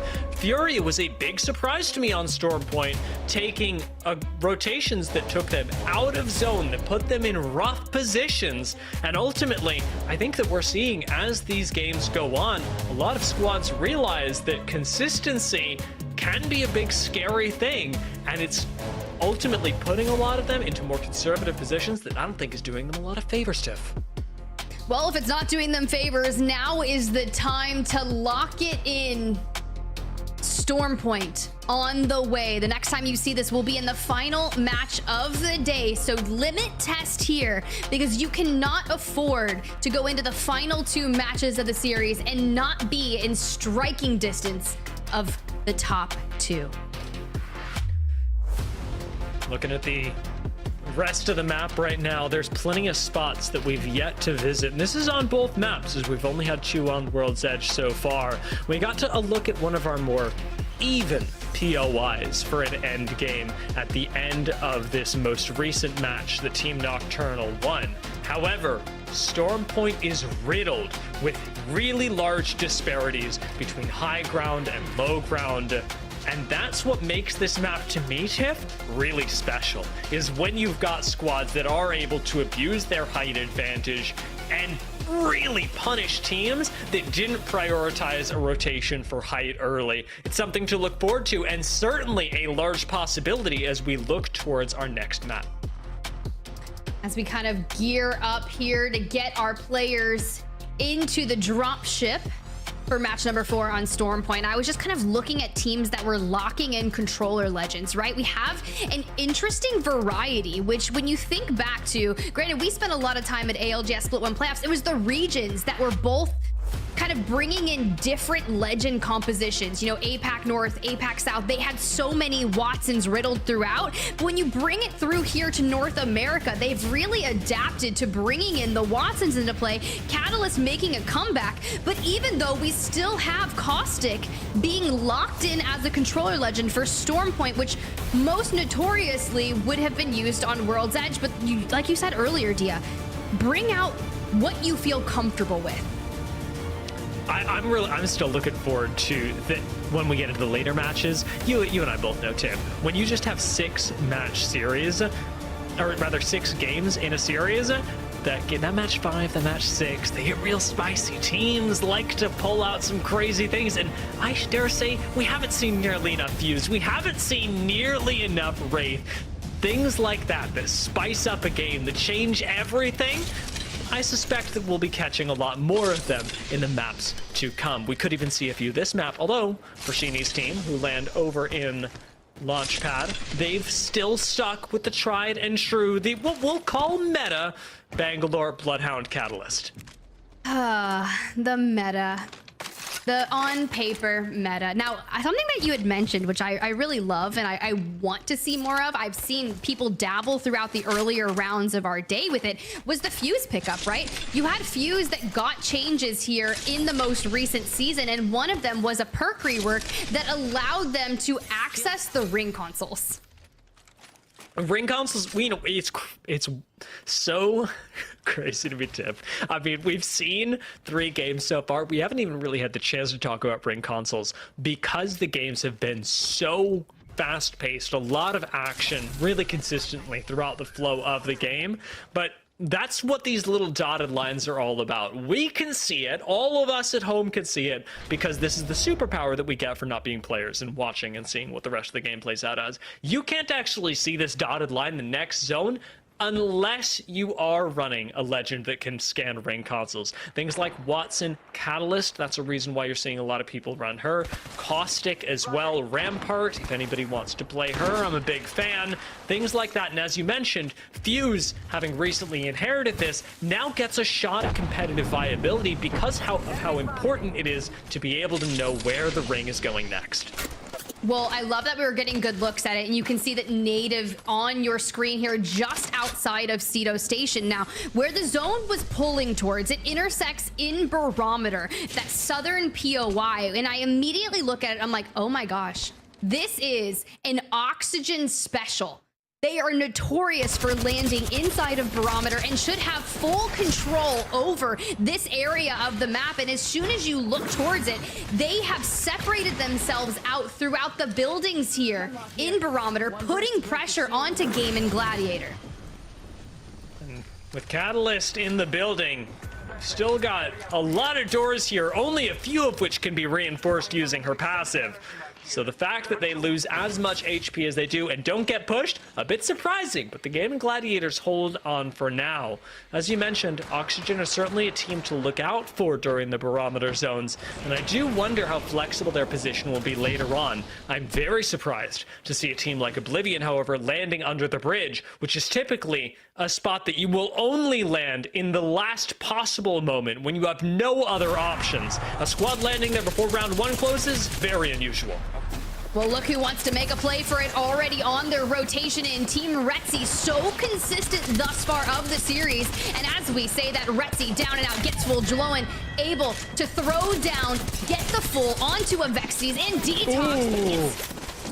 Snapped from behind. Jaloan now playing around the knockdown shield, just swinging with the hip fire, and Retzi will fall to Team Fury. That guy's a bullet. That Silent has 0 HP left. I mean, it is one Havoc spray away from their end, and yet somehow we see them survive. McLovin getting real unlucky for a moment. Not the same. That is a full thirst despite the expenditure of an ultimate and a smoke from Native Gaming to try and keep their Bloodhound alive. Bloodhound, a really important legend to have as well, especially in the mid game, because without Bloodhound, I'll be honest, Tiff, sometimes you just can't see.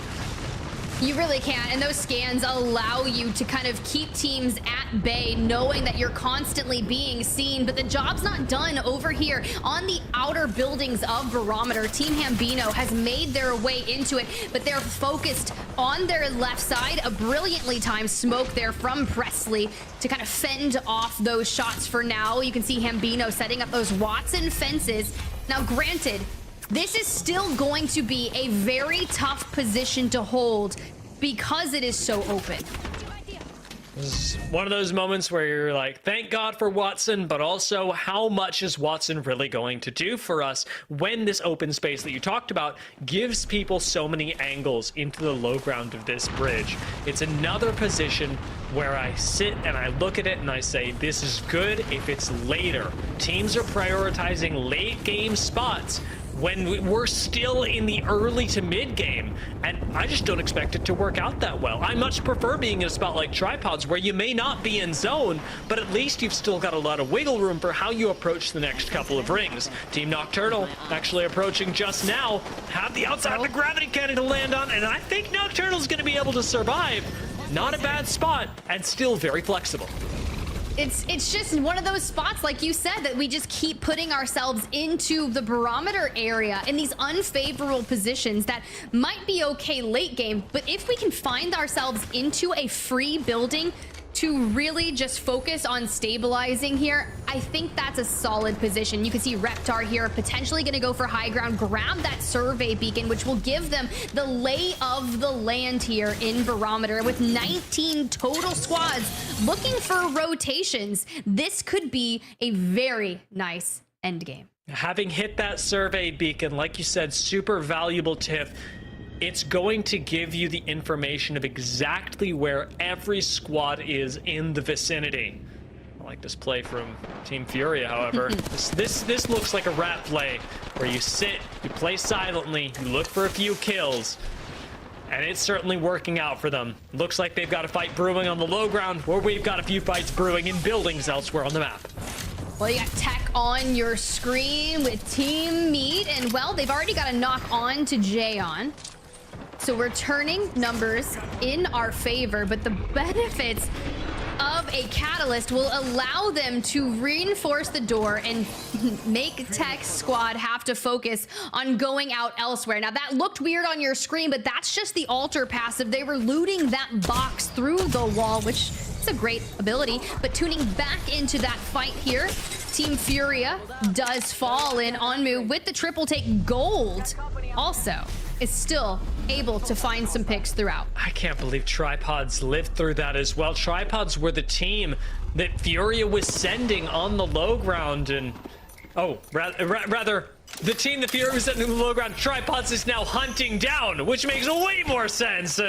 Gent on high ground, doesn't want to take the 1v1, now has backup on the way, connects with the nade, and nice wall bounce, still will not save Sheeny, as we are now down to 17 squads. Tripods really inherited a lot of good for themselves there, taking out Furia, who again have got to be heartbroken that they went for a fight, didn't clean up the squad, and got taken out in the process. It is the worst case scenario. But it is a fight that is well needed for Tripods. They have to find the momentum from that match 1 victory, because they're on the outside looking in, finding themselves in 4th place, needing to be in the top 2. And Native Gaming, well, they're pretty far south on the leaderboard. So if they want to jump up to 2nd place, they're going to need a game very similar to what Team Nocturnal experienced in match number 3. And knowing with round 2 closing here, their position revealed, we're going to have to expend some ultimates to try and find ourselves into that next zone. Pulling out the catalyst wall now. Gives Native 1 chance to rotate, but it is still straight into Nocturnal. Fun, gonna back away through the catalyst wall, not being slowed by that, but still eating a lot of bullets in the back. Somehow Fun is alive for now, but it forces Nocturnal to dip back into the red, as Native, just coming on way too strong, have taken all autonomy away from Team Nocturnal, and they're forced to heal in the zone. Not an enviable spot to be, as they've still got to find a way back.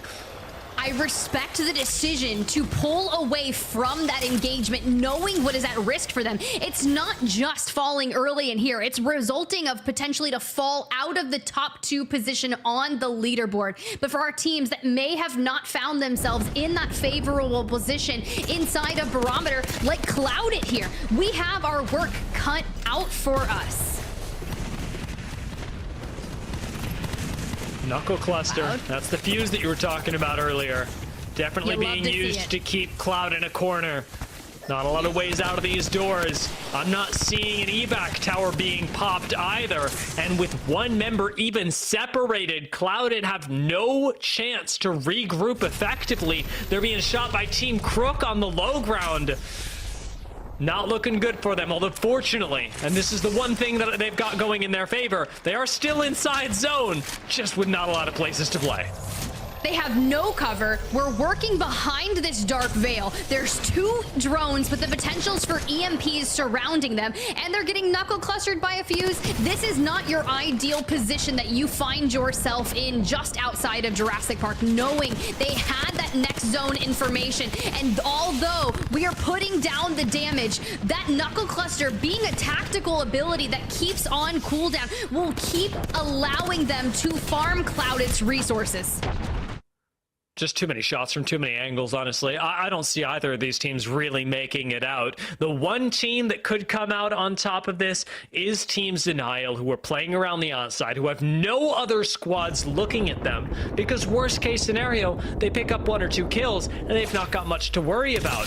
As the team does exit just above them, however, those 1 or 2 kills may be coming their way a little faster than they expected. First knock goes down on a Cloud, and that's going to be the first KP that Team Denial are able to grab. Elsewhere, when we saw Team Hambino making their way into Barometer, playing the low ground, trying to fence things off, well, we said it wasn't going to be a good position for endgame, and they have fallen. Jumping back on over to Fury's squad, which got the full reset under Bridge, have moved on and are looking for a fight here on one of your top semi-finalists of the day, NGNL Esports. Wave, though, past to back away and heal, takes the brunt of the damage right off the rip, and Rails goes down, and Trips trying to clutch up alongside, and what? It doesn't work. It doesn't matter. The craziest Sentinel shot will not be enough. Fury drop the Dark Veil. They start the recovery, the reset. They are walking away with so many close calls, Dia. NGNL getting robbed for real after an airborne headshot with the Sentinel. Team of Exus get the full reset and move back into the ring like nothing has happened. I'll say even a squad's worth of loot richer, but that's what part of the problem with NGNL for a moment is that they do take a fight that requires them to go in one by one. One member's healing, another member sends it. Very different pages for the squad, and when you're looking to compete at the international level, even now in the North American qualifiers, plays like that, where you are a bit disjointed, simply don't fly at the top level of Apex. And this is the next area that I was most worried about. Zenile here with the mountain and having to navigate through. They want to make sure that they're clearing out their backside where Brainsy is watching to make sure no one's rotating in on them. And now that leaves Team Crook in that narrow way between the ring and the mountain. You can even see Zenile's team knows exactly where they are. They've found themselves. But what do you need to do? Because at that point in time, you need to look at securing a spot in that next zone, because that rotation through the choke into the open water will be very narrow. And for Team Nocturnal, well, they were able to reset from that engagement with Native and are just waiting on that next move. Team Nocturnal could be okay here if they have a way up. They could actually play low ground the entire game if they have a way up. And that's not a guarantee. I saw they have a mobile respawn beacon. They certainly don't have a lot of verticality. Could be the Team Nocturnal have to take a fight earlier than any of them would have liked. Much like Native, who land on the low ground and almost have to take an engagement as Osivian manages to stay alive just by the hairs of his chinny chin. This is going to be a very difficult spot. We saw Hambino play it earlier when it was way too early. Zenile, this is arguably the right time, but the coast is a little bit too clear, Tip, and I'm getting suspicious. And it's wild, right? Because this is the place that we were talking about where earlier Team Hambino was, and they had a Watson. They were able to fence off that area. If you're locking in with the Catalyst and you've got piercing spikes, you can still swing it and you're not going to have anything that's really going to affect the line of sight for someone really swinging that. And here's that Nocturnal moment where we were talking about, like, do they have a way up? Are they going to be able to play around this? And for now, everyone knows they're here. The piercing spikes to be that aggressive force to maybe throw some damage or capitalize on Nocturnal's damage they put down. But we've seen them play around rocks before, and they just look like they want to clean out their backside and focus on this left side. This was a smart move from Team Nocturnal because, as is very clear, they didn't have a way up, and so disengaging then was the only possible thing for them to do. It gets them the outside of this ring. Doesn't look like a spot that's being challenged particularly. And Fun fishes for a few kills, but unfortunately draws attention towards the team, leaving them with even less space to play in the long run. Very few cooldowns are available. Things like the Dark Veil and a few smokes can keep Team Nocturnal alive. But even now, as they rotate into position, Team Rumzer are going to be their demons from the high ground that keep this squad pinned down. A few squads have fallen, including Tech's team. Now we're into the top 10. Oxygen, who lands Barometer, have found themselves in that building alongside Tripods, Native, and Zenile's team that is playing on that low ground. But for Tripods, finding themselves on the outside looking in, are able to have, with the caustic, the barrels, to just either want to barrel off forward or prevent teams from pushing straight onto them. Now, granted, they're not in, and neither is Nocturnal right now because they keep working their way around, but they found themselves an entryway, a space. But with this legend composition and no building, I'm nervous. I tell you what else they don't have. They don't really have meds. Team Nocturnal have absorbed so much pressure from so many different squads, starting with Native all the way in the eastern side of Barometer, that they have completely hemorrhaged their shield cells, their bats, their med kits, their syringes, everything, and are finding it even more difficult to move up to full health every single time they've got to do it. Well, they technically got a space in zone. Just a little bit of chip damage thrown their way could mean the Team Nocturnal are irreparably crippled towards the end game. You have to keep that area on the right side of the fence to prevent Team Zenile from swinging you. Team of Vexies, though, still looking for a spot into zone and could really throw a thorn in Team Nocturnal's side. But we have to turn our attention to this main building because this is exactly where the collapse of the lobby will occur. And it's something very similar that Vayne has experienced in Pro League past. Needed to clutch up a moment on Storm Point around this building, and it pulled outside of it, and The nade! we'll be doing the same. The nade pushes Gent off the roof. What a disaster for Tripods. That is just, you cannot recover from that, having lost a member that early. But look at the boon the Team Nocturnal inherited in the meantime. Look at all those meds that flew their way. Team of Exus can't push up onto the high ground effectively. They're looking for a way to do it. But in the meantime, it's Team Nocturnal that are benefiting from all those death boxes. Hey, they needed it. They got it on delivery. Team Zenile has fallen. And for the time being, a Vexy squad there is just going to wait. I didn't see too much ammo there for the Volt, so I'm nervous for them. Nocturnal finds another victim, eliminating Gaming Gladiator. And for Oxygen, waiting on the push out of this building. We have to time this right. 20 seconds or so on the clock before that zone will start to pull in the ring at their back, forcing them. Native Gaming is still playing on top of them. And then you've got Team Crook towards their right side. For the teams that have found themselves outside of this position, Vex is the squad, Team Nocturnal and Team Rumzer. And let's not take away from Team Rumzer either, because while they may not be in a building, their spot looks very good. Native even may be prioritizing it. Is just off to the left of your screen. Team Vayne, watch Native drop down and look for a little bit of open space to play. Bangalore ult will keep everyone off of Oxygen's back, but Vayne's got no health and no time to actually heal through all of this as the storm closes in. Well, our final 6 squads here in match number 4 are going to be forced into that final circle, collapsing. Native, though, finds a rock and just starts trying to dodge out of the rolling thunder that takes the brunt of Team Oxygen's damage here. But look at Vayne, still able to get that med kit off and throws down. Thankfully, it has the turbocharger on the Havoc, but the swing in, and Team Fury, Team of Vexus, relatively healthy. Nocturnal squad has fallen, and they just keep charging forward. Team of Vexus, that's all gas, no brakes. Sprinting on Avexis, almost collects a KP, finally gets shot down though, as Detox is the last member left standing in the smoke, nowhere to go. Everybody knows where he is, but in trying to finish him off, Detox is able to strike back on Team Rumzer, open things up for Native Gaming to swoop in and win Game 4.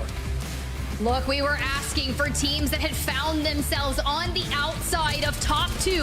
What are you going to do moving into the back half of our series? And Native Gaming have answered the call. They were sitting in, I believe, 17th place before match number 4, and this victory will allow them to hopefully leapfrog over the large majority of the lobby, getting closer to the coveted top 2.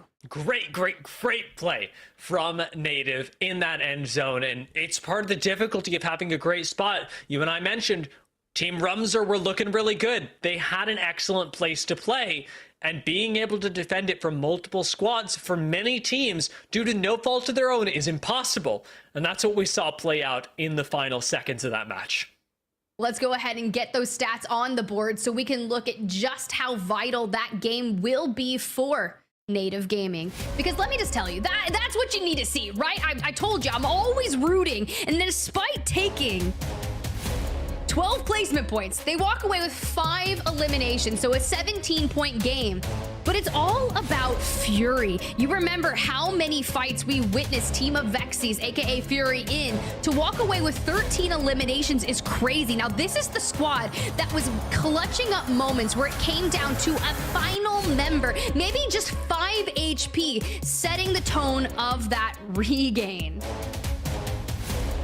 Really impressive stuff from them, and every kill, I mean, if we think about kills more as a function of how many teams you've taken out of the game as well, That's 4 teams and a little bit that they were able to eliminate. One of those, Nocturnal's team, that demonstrated incredible tenacity, making it into the top 5. I do want to take a look at this final ring, though, because it was so critical, and I think really demonstrated Fury's ability to take control of their own matches. Now, on the high ground, Oxygen are not in a fantastic spot. You know that realistically they've got to choose one of 2 options, neither of which actually will lead to a win. So while they commit onto Native, this fight is completely isolated and ultimately results in them going down. We do have a small reset for Native that even goes down as the Catalyst wall still covers them, throwing in a bank smoke for good measure. While all this is happening, the opposite side of the zone,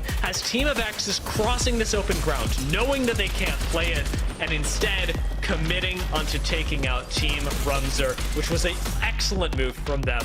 Didn't have to play for 3rd, instead played for 2nd, picked up a few more KP as a result.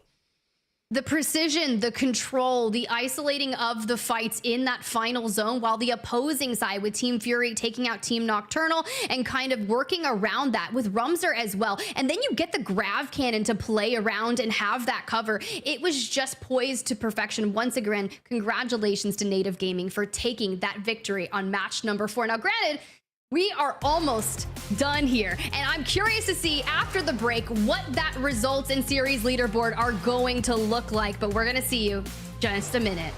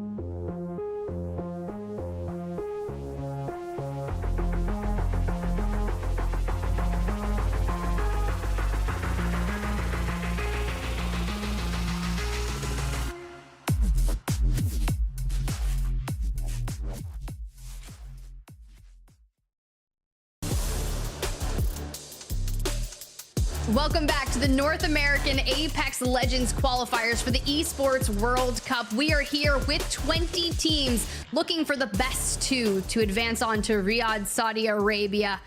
to fight for $2 million in prizing. I'm Spider Tip and Dia. Man, we are about to waltz into our final 2 matches of the day. Native Gaming with a massive win, albeit a lot of squads fragging out, more in particularly Team Fury. I'd love to pull the results up and have you kind of walk us through those. I mean, it is getting to the point, Tiff, where the results are becoming more cemented.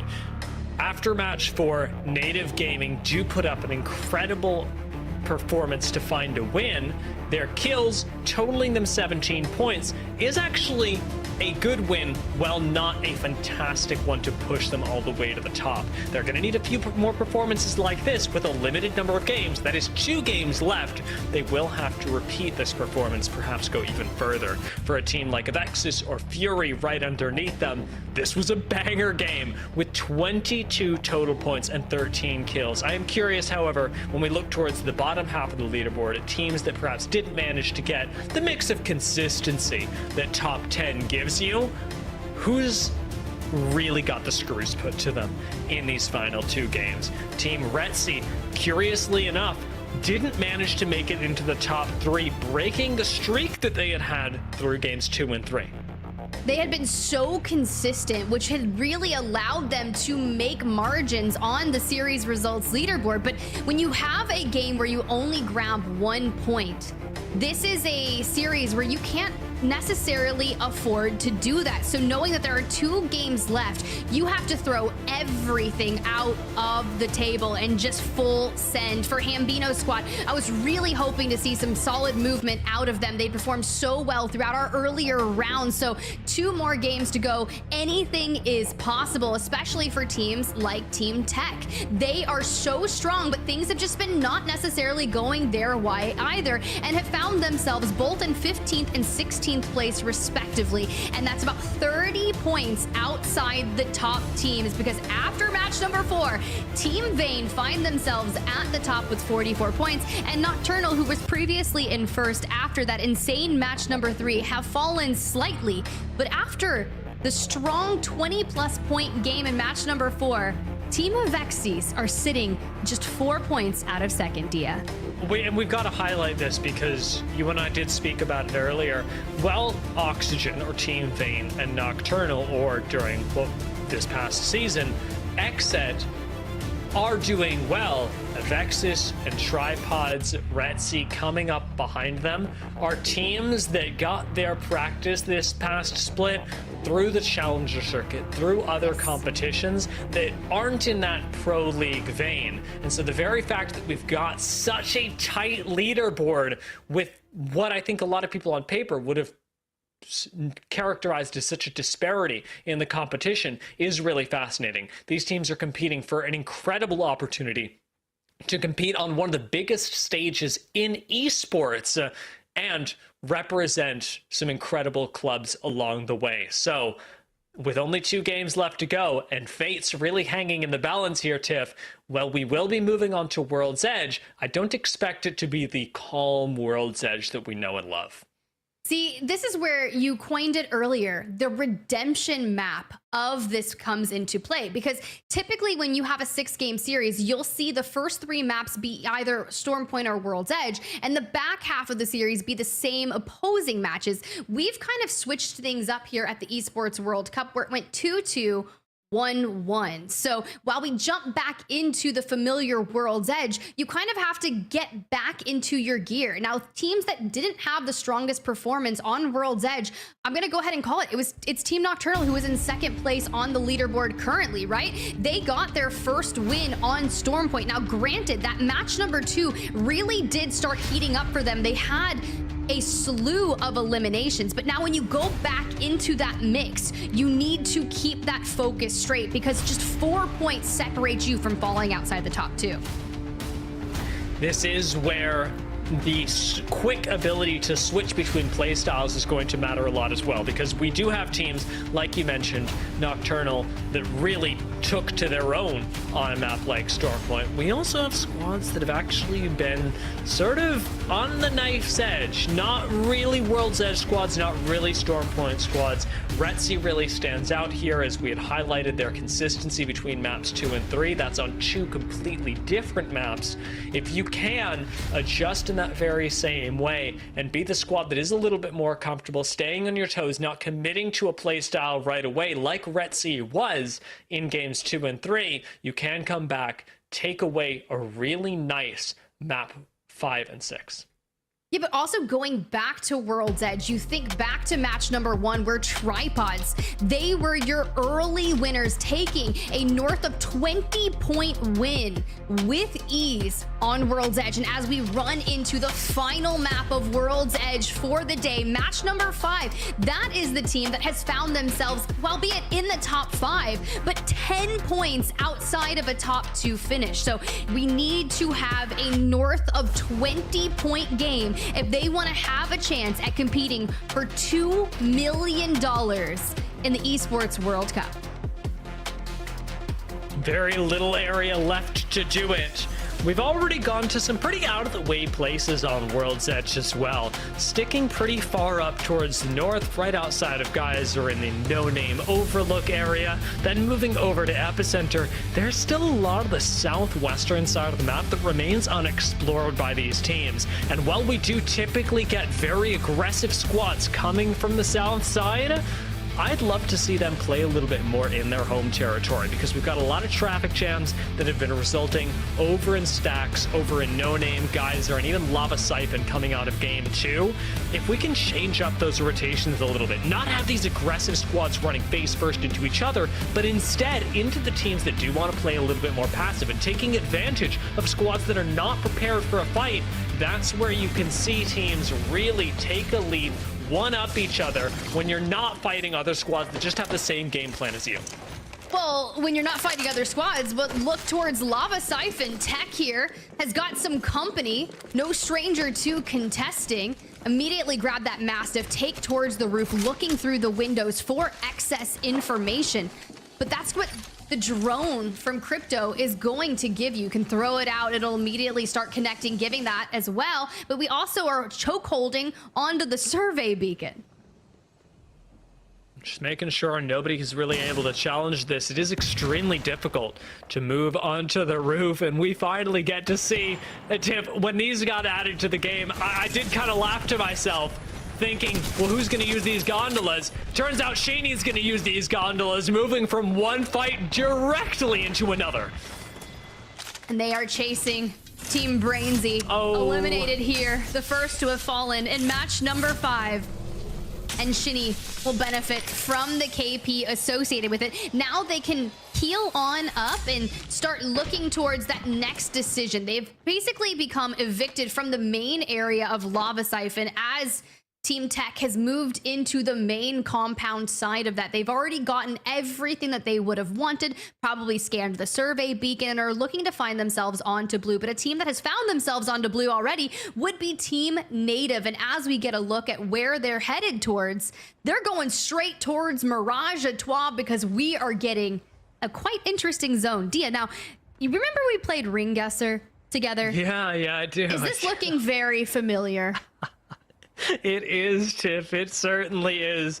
Man, do I miss playing Ring Guesser with you. We got to do that again. But I guess, in a way, everybody gets to do it at the same time whenever we play a game of Apex Legends. So, when we move over to Mirage Trois, you can really expect the actual ship itself, the Mirage Trois, to be the focus of a lot of zones. There is always the option that it goes a little bit further south, and sometimes to what we will call in the community the graveyard that lies just up to the north, where you've got a couple of supply bins, some boxes as well. A position like Crooks is going to be one where you're looking for a little bit more KP, and as we said, Crook, or in this, or as many will know them, Team Vanity, will have the option to pick up a couple of other squads that are rotating in from the south side, but likely play for a few more of the buildings that lie directly ahead of them in zones 2 and 3.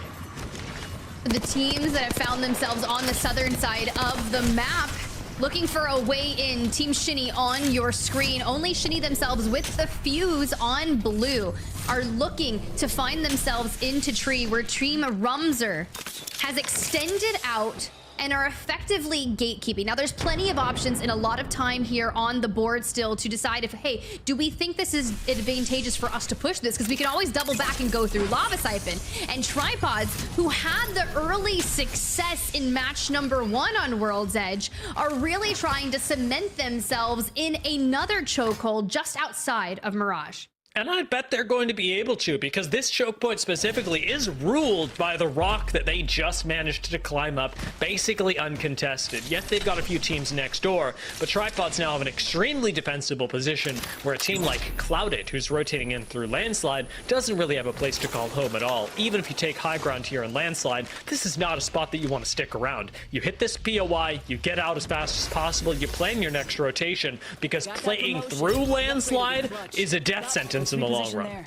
Yeah, they need to get out of here quickly because this is where a lot of those northern teams will filter through, because this POI hosts not only a survey beacon, but also a ring console and a crafter. So you can hit the crafter, grab a bat, whether it's a med kit that you'd prefer or some ammo. And as soon as we kind of go into this free cam, you can see all the bullet trails kind of crossing through Landslide. So they have been found out, which granted, Cloudit probably would have gotten that information from that survey beacon.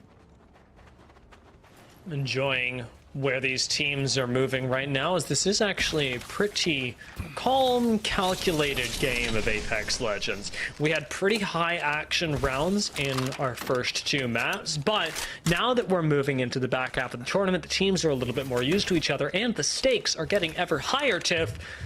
A squad like Retsy's is getting to move through Epicenter pretty much uncontested. Nobody's holding on to this spot and searching for a few kills because 1, the ring's not going here, and 2, you don't have time to 50-50 your entire game based on whether you're able to hold some spot in the corner of zone. You really are prioritizing good positions or spots that allow you to take fights into teams that otherwise have good positions. And I'm really nervous for Team Tech here, looking for a good position to get into that zone. They immediately jump back into the snake here of Harvester. Furia is holding the high ground, effectively gatekeeping Harvester. So you've got Team Shinny in the main body of Harvester that still needs to come out. And, well, Tech has kind of become the meat of the sandwich. And now if we don't really fend off against Team Shinny here, Team Furia could look to act upon this. Sitting in zone at the moment, Team Hambino running Conduit in this case for a little bit more uptime in their fights. Have found themselves, fortunately enough, in one. Although in this particular case, it doesn't look too enviable. Tanking zone does hurt quite a bit. And with Metsu, the Warlord, in front of you, I would be remiss to take this fight. We've got an evac tower available, certainly, should they want to get out of here. But Metsu is likely to stick around and fish for a bit of KP. I love that Presley grabs the geyser behind them. So we're gonna shoot up. My question is, what is Presley going to do with that as Ace here expends out the black hole, throws down the lethals? But you know what? Team Hambino was expecting that. They immediately destroy the black hole, which has 180 HP. So as long as more than one member of your squad focuses it, it can really change the game. And now Metsu has found themselves pushing further and further back, giving up space to Team Hambino. Just great pacing from Team Hambino to be able to do this, because Metsu has really wanted to engage to take a fight several times, but they've now expended cooldowns in order to play defensively, in order to try and find cheeky engagements, of which they have come up with absolutely zero purchase. We do have one small flank, but it's right into zone, and with absolutely no ability to quick heal, Metsu is falling, and Hambino is surgically removing a team from the game. Now Hambino themselves has gone down, but Chase Mob should be able to finish this up, and they do, with a little bit of help from Presley. Plenty of time to hit a full reset here. Chase Mob immediately hopping onto that res of Hambino. Something to note here is that actually Hambino was able to connect with the Radiant transfer before falling. So despite having that fallen member there, we got extra uptime in the fight thanks to Conduit. Now we get a look at where they need to go with that time not necessarily on their side. Now, there are a couple teams here that we haven't seen really show up that we've got to keep track of no matter what. And they're the teams that are in the first couple of squads. Team Vayne, Nocturnal, Avexis, Tripods, and Retsi. Should any of those teams in the top 5 fall, I'm going to extend that even over to Team Crook or Vanity. Should you see any of these squads fall, it opens up spaces for other teams to start to put their names in the ring. As this is Game 5 and there's still one more left, you've got to accumulate momentum by at least moving yourself into the top 5 for access to the top 2 later. And that means that ultimately, a lot of the teams that we just listed are going to have to go down for you to have a realistic shot at making it to Riyadh. And Gaming Gladiator needs a strong showing here, throwing out the lethals, bringing in the rolling thunder, and just wanting to capitalize off all that damage. But for now, the swing about to come through the wall on the inside will only hold out for so long. You can see they filtered to the other side of the building, and Louis with the clusters isn't going to hit anyone. The flank comes in. That was an incredible move from Fury. However, they've lost 2. They need a few shots from teams outside and ultimately will go down. Team Avexis has fallen. That's our 3rd place squad taken out by the team that was in 9th. Gaming Gladiators are rising up the leaderboards. And the door is going to crack on open of the leaderboard. So keep your eyes on Team Vayne and Team Nocturnal, because those are your current top 2 teams of the lobby. Shinny, in the meantime, though, we were wondering what this exodus from Harvester was going to look like. Well, it's looking like a mother load. And it certainly is. Nice Arcstar ahead of them as well. The energy barricade stops Team Shinny from advancing much further, and bit of an odd mother load has done much the same. Thinking about committing onto the low ground for these kills. Team Ambino has already put up a big defense, but in this valley, don't have a lot of options when Team Shinny flanks them on all sides. Presley goes down. Team Shinny risk nothing by playing this way, and instead really open things up with Lord of the Rings 31 finding big damage on Chase. He does go down, however. Native have showed up out of nowhere. He was on the hunt for something precious, and Native just has this ability to do so, but we'll keep tabs on them later because this is Dupe, Zenial's team on the board, eliminating Shinny. Madness, though, Team Furia still navigating the pathway up here on the high ground, and for now, we'll be able to keep tabs on Team Zenial behind them. Team Madness, interesting swap here. Moving over to Lifeline. They've had games where they're just falling a little bit short, and as it appears, Furia's read on this is that they need more beef in their fights, the ability to get back on their fights, to reset faster. And you gotta hope that it's the right read, because with very little time left, as we said, final 2 games, it's gotta be the Lifeline switch that changes everything for Team Madness. Whether this works or not is going to be determined based on their first fight. When we see Team Furia take an engagement, does the Lifeline pay off? Does it keep them alive? Or is this just a bit of mad science gone wrong? If it's mad science, whatever it is, you still get access to the support bins, which will allow you so many bats, so many better loot options throughout to provide health. But for now, as that circle starts to close on, some of our squads that are in the top 2 right now, Team Vayne holding the southernmost choke where Tripods had positioned themselves, and it was Team Nocturnal that had rotated through the center of the map, that mainstay just on the outside of Graveyard that Retsi has rotated straight into, and well, so is NG, NL Esports, and a mother load can play spoiler to this fight. Couple nades being thrown back at NGNL. Wave has got to make use of the ordnance as well. They still can. Good knock on fun. That's Team Nocturnal right ahead of them that now have a numbers disadvantage going their way. Nocturnal still going to get aggressive, however. Trying to take out the members of NGNL, trying to even the numbers. Wave is low, but Flesh is found by Trips, and forward he goes. Reptar finds the knock onto Wave, but there's got to be very little HP left on Nocturnal. In Trips swings, it's a 2 versus 1. There's such low HP on the other side, and Nocturnal will go down. That is our 2nd place team eliminated. We did not need to see that happen. That will leave them with one more game left of this series to try and find themselves a ticket to Saudi Arabia. But for the team on your squad that is moving straight up into NGNL. Gaming Gladiators might actually be able to separate a few of those members, but for Team Furia, they're still playing on the low ground of the bridge, cleaning up NGNL. That was pretty nice. That was pretty nice. Don't get to see a beam like that every day.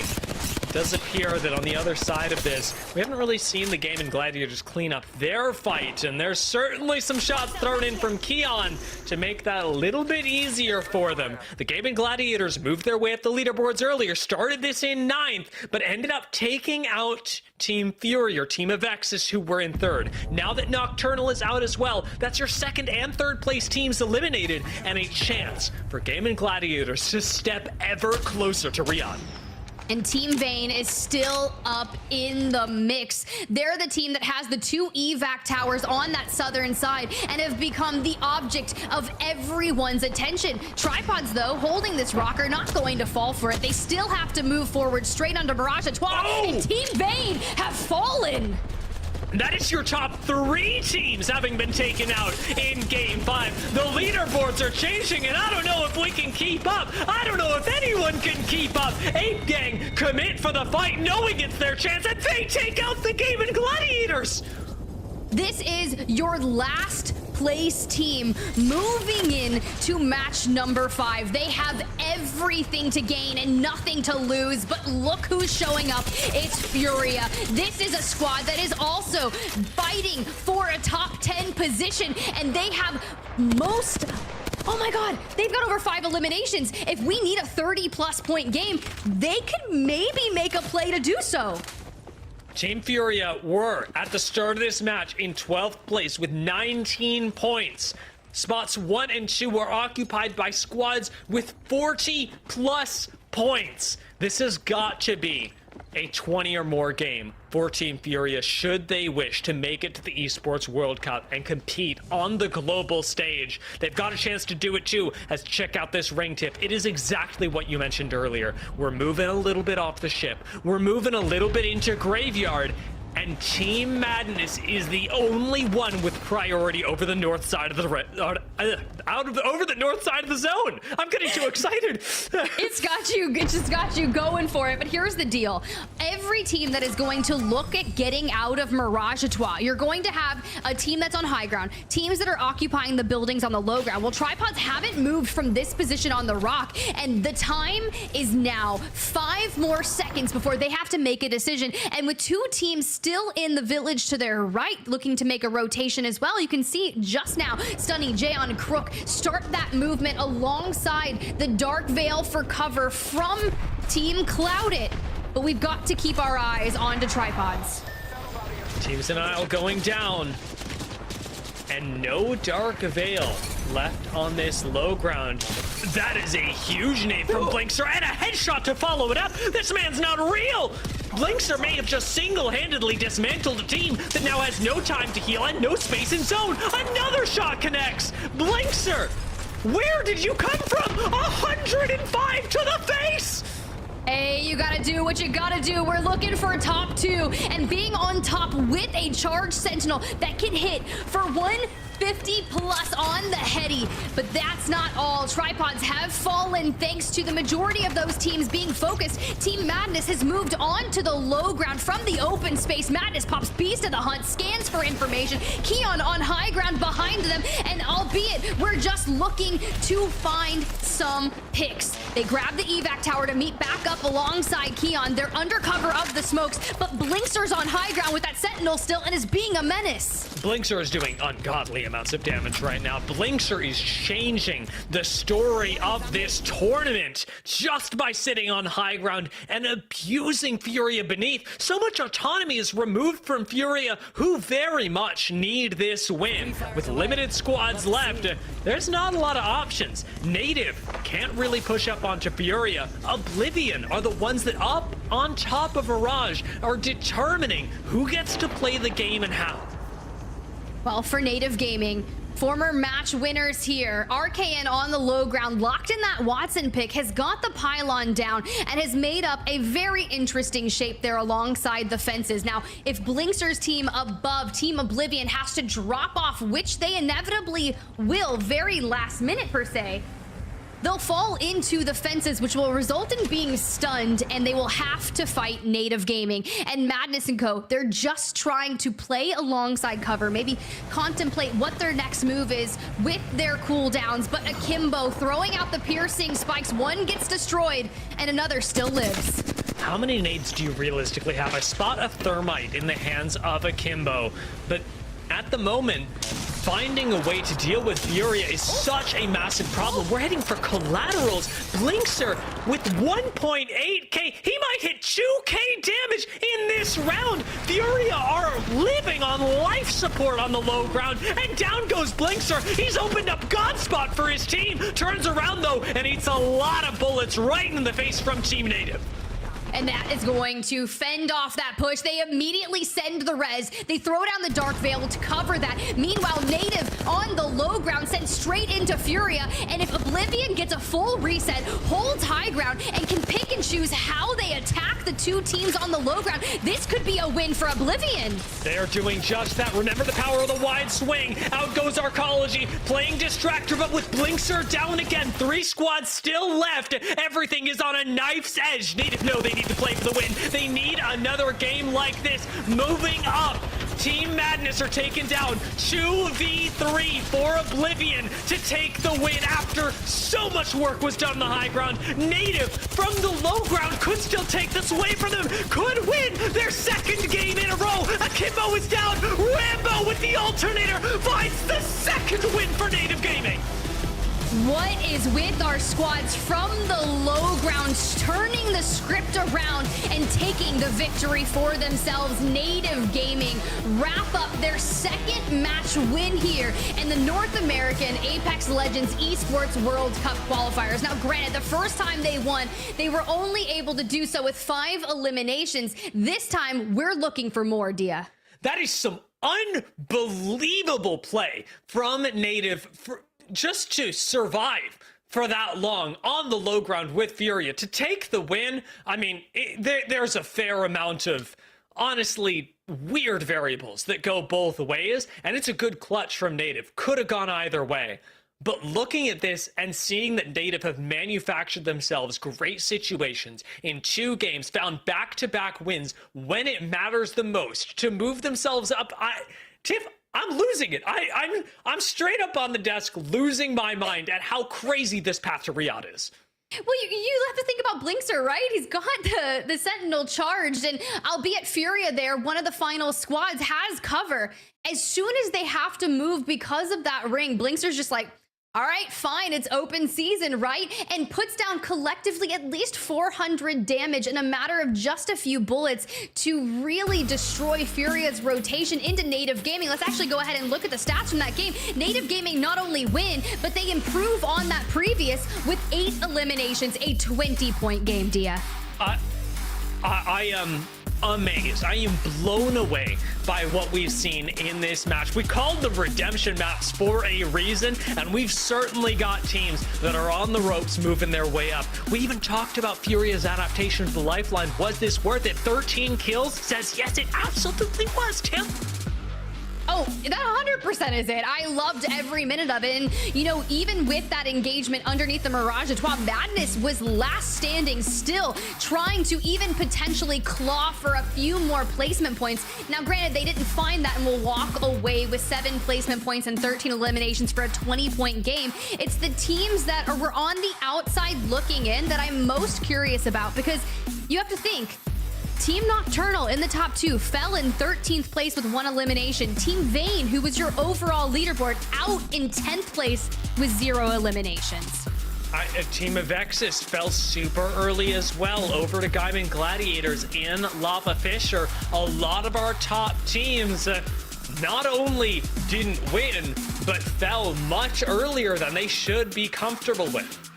It's going to come down to a final map later on, and man, I don't even want to know, but let's go ahead and bring it back to the final circle in just a moment of match number 5, Dia, because I know we want to really hone in and break it down, because the fact of the matter is Native Gaming on the low ground of Mirage Etoile had their work cut out for them.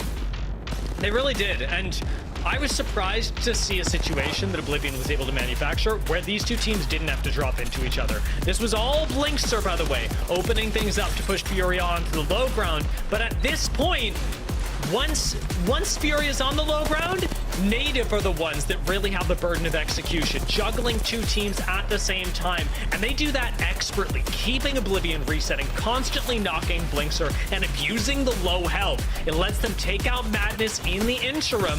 And then it's a 2 versus 3 scenario that, even with a low ground disadvantage, lets McLovin take a little bit of a wide swing, play from afar where he normally wouldn't be able to, and really use the numbers advantage, well, to find a win. And not just a win, their second win. A 20-point game from Native.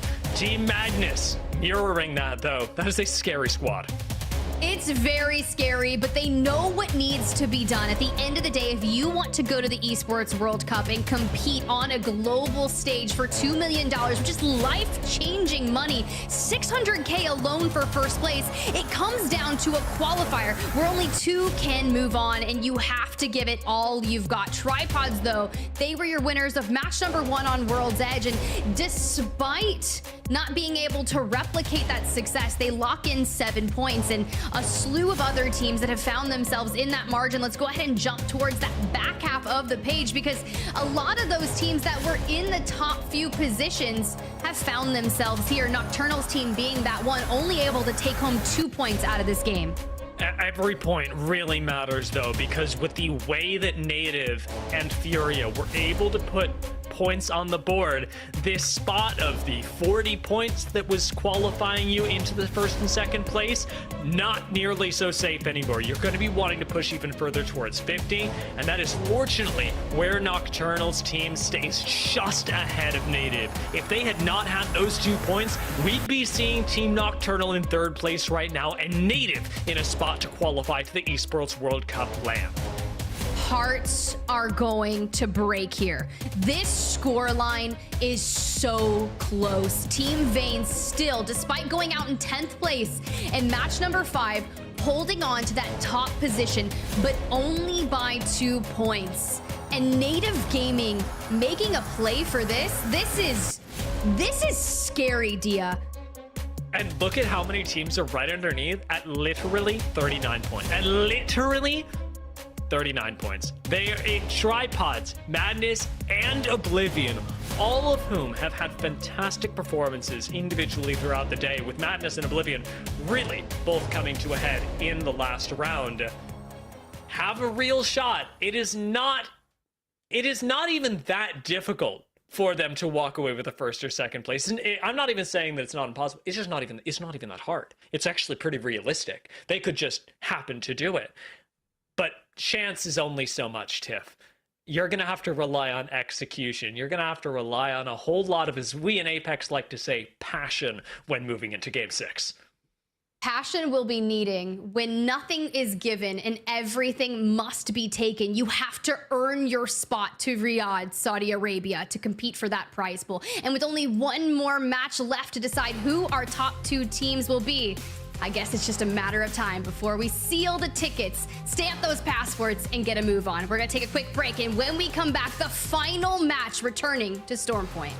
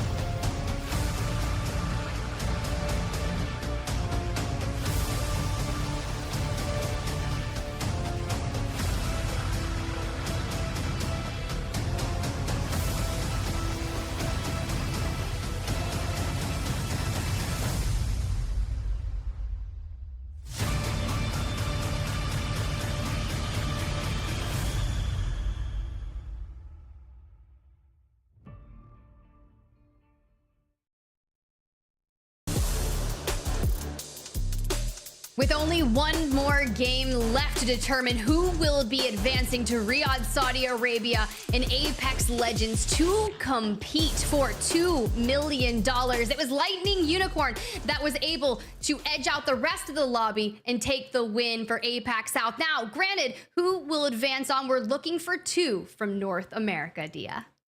And the race is tight. I'll say it, Tiff. It's a little too tight for my comfort. Remember earlier when I said I'm a naturally pretty anxious person, but I love tension and competition? Even now, knowing that this is going to come to an end, what's weighing on me is the two teams are going to have their dreams fulfilled, are going to get to compete for the incredible prize pool and the prestige, the chance to compete for many of these teams with a club that will celebrate and encourage them through the Esports World Cup. That's fantastic. 18 of these teams, despite going through 3 rounds of competition, are going home empty-handed. There have already been 8 invited teams from North America, which was the top 8 from the regular season Pro League. So we're looking to send 2 more to join alongside them. But you're right, anyone inside the top 7, and albeit even the top 10, have the ability to make a play for it, because this is a very low scoring series, Dia. It really is. We've got a lot of teams that are just way too close to each other in terms of what you typically see in a series, and a lot of that has had to do with the adaptation that these teams have had to go through. This isn't, as we've continually touched on, one of those things where you've played against all these teams for weeks and weeks before, where you know them really well, where you've had a chance to do research. These teams have come from all over North America, from all different blocks of Apex, to compete at the highest level, and it means that no one here is playing the game of Apex that they're used to. I'm loving the way that it has changed a lot of the play styles that we're seeing succeed on stage. And when we look towards the top of the leaderboards, we are still seeing a lot of experience win out, with a few underdogs creeping their way in. It truly is. I'm looking at teams like Tripods. You talk about underdogs. This squad has been through it all. Deeds and Jet, the duo, kind of reigning together still, keeping that namesake of the original Tripods alive. Joined up with a new third here, competing, have found themselves just 5 points outside of a top 2, making it not only to Pro League this year, but are looking to really find themselves a ticket to EWC. Look at that back-to-back from Native Gaming, though. Despite winning 2 matches in match 4 and 5, are just still 1 point shy of a top 2 finish, Dia. And that is especially indicative of what you're talking about, where these games haven't been especially high scoring, where we haven't seen one team just taking things by storm. Well, we had an impressive return to the leaderboard from Team Nocturnal in match 3. That was it. It wasn't that they had just been placing top 3 the whole time. This was a redemption game from O Nocturnal that got them all the way back up into the top of the leaderboards, and fortunately enough has kept them there. But no one team has run away with the competition, leaving everything wide open in our 6th game. There are still plenty of other squads that can take this opportunity now that we're back on Storm Point in our final redemption match of the day, and take that to its fullest potential, redeeming themselves and going one step further. One step further. That's what you're going to need to do if you want to get yourself into the top 2 and advance on to the EWC through the North American qualifiers. And this is the last map to do so. The dropship is going to start from that northernmost side over by Zeus Station, favoring Tripods with their boots on the ground early, ending with Barometer. So Team Vayne, your first place team, the last to get to looting. And with already the contest kicking off in Cedo as well, this could be really, really bad. With Team Avexis already getting aggressive, they need every point they can get, and Hambino is going to be denied everything. That is Team Hambino out in 15th place. Avexis picks up all 3 eliminations, courtesy of probably the best gun in Apex Legends. If you find a Havoc off rip and you're contesting, well, you just push. Yeah, this as heartbreaking as it is for Hambino's squad, an extra 3 points to move you up the leaderboards as a Vexus who fell all the way to 7th place is going to mean the world to you. Sheeny even have really unleashed the beast. We talked about getting aggressive, unorthodox compositions. Well, when you pull out Revenant, you know that it's kills or nothing. Oh, Revenant has been such an interesting pick. Typically runs the gambit of ranked Apex Legends lobbies, but if you are gonna throw it down in a last-ditch effort to pick up as many eliminations as possible. Now, granted, this squad is coming in with 11 points. The benchmark they need to eclipse is 44. We need a Hail Mary, or we're just kind of destroying other people's attention to try and make it happen. Riley eats a sentinel shot right in the back as well. His spine must really smart after that. Sheeny PC now moving down to just 2 members left. There's not a lot of opportunity for them to make a play that abuses the advantage they got earlier. Now it's high ground and not much else in their favor. It is most definitely not, and well, for squads in the nearby vicinity, we saw Tech kind of in the area, but it's Team Rumzer that's going to be on the low ground, and Shinny doing so much damage there with the flatline. But the issue about holding this high ground and being forced up here early on is that we don't get time to loot. We don't have a lot of things that Team Shinny on the bottom here with LOTR would have. And Team Rumzer, well, they've fallen, and Shinny picks up some more eliminations. For as well as they had done as well, that's our 13th place squad out. Nobody who is in the top 10 who really has had a shot at the international competition so far has gone down. So as disappointing as it must be to make it all the way to the finals, we are saying goodbye to teams that largely we're going to have to put up Herculean efforts to make it there. Well, a team that needs it, Team Denial. Not necessarily in the top 5 just yet, but could make a play for it. Dupe out there, denying anyone from climbing up on his space here. Hit fires the Hemlock with supreme accuracy and is able to dodge back. Take time to focus on replenishing those shields. Don't want to take a risk into a wingman, though, and a big tap to the face almost takes him down. Dupe again, though, saving his teammate's life will mean that Zen manages to stay alive. Everyone gets to recover, and Team Denial move on that little bit further. They were 10 points outside of a top 2 position, and those KP will help bolster them. But, you know, as soon as we look at this circle, I immediately wonder where Team Vayne has situated themselves once again with the circle pulling south to Barometer, which, by the way, guys, Storm Point and Southern Zones, I mean, what do you expect? What do you expect, Dia? Right, I'm expecting an Oxygen win. That's what you need right now, especially with Team Vayne already in the lead. How crazy would it be to pick up a win in the final game, continuing their first place run? It's what you'd expect from a Barometer zone. Unfortunately for Brainsy, they're not going to live to see it. That is Team Madness taking out Brainsy, giving themselves another KP on the journey to first and second place. Well, they're gonna need it. Furia as well will need another big one. They found a lot of eliminations in match number 5, but they still need more. 5 eliminations, or 5 points, I shall say. We're separating them from eclipsing Nocturnal's score on the leaderboard. Well, Nocturnal's team, they land Cascade Falls. They had a ring console and would likely have maybe made a play after that, but they had dropped down to Pylon for some extra information, and Tech, who has just not been able to get things together, are looking for that drone recovery on our Bangalore's banner. They should be able to do it as well.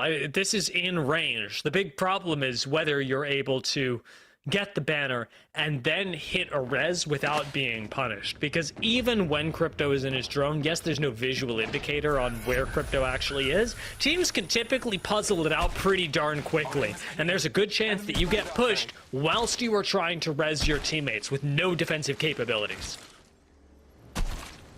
And for a team that needs to capitalize on those teams that don't have defensive capabilities and rack up some early KP. It's going to be tripods, right? This is your match one winners who have not really been able to find momentum after that first match, but they find themselves with 39 points, 5 points outside of the top 2. And this would be such a journey for them to qualify for the Esports World Cup. Gent on your screen hitting that survey beacon, which will grant them information where everyone is in the lobby, and a beautiful time to pull up that map and see exactly where it's going. Very similar to that initial match on Stormpoint that had pulled down to Barometer, and where Team Retzi has positioned themselves, and even better, Team Crook. This is likely going to be one of the scariest zones, not a zone you want when it decides the fate of your score here.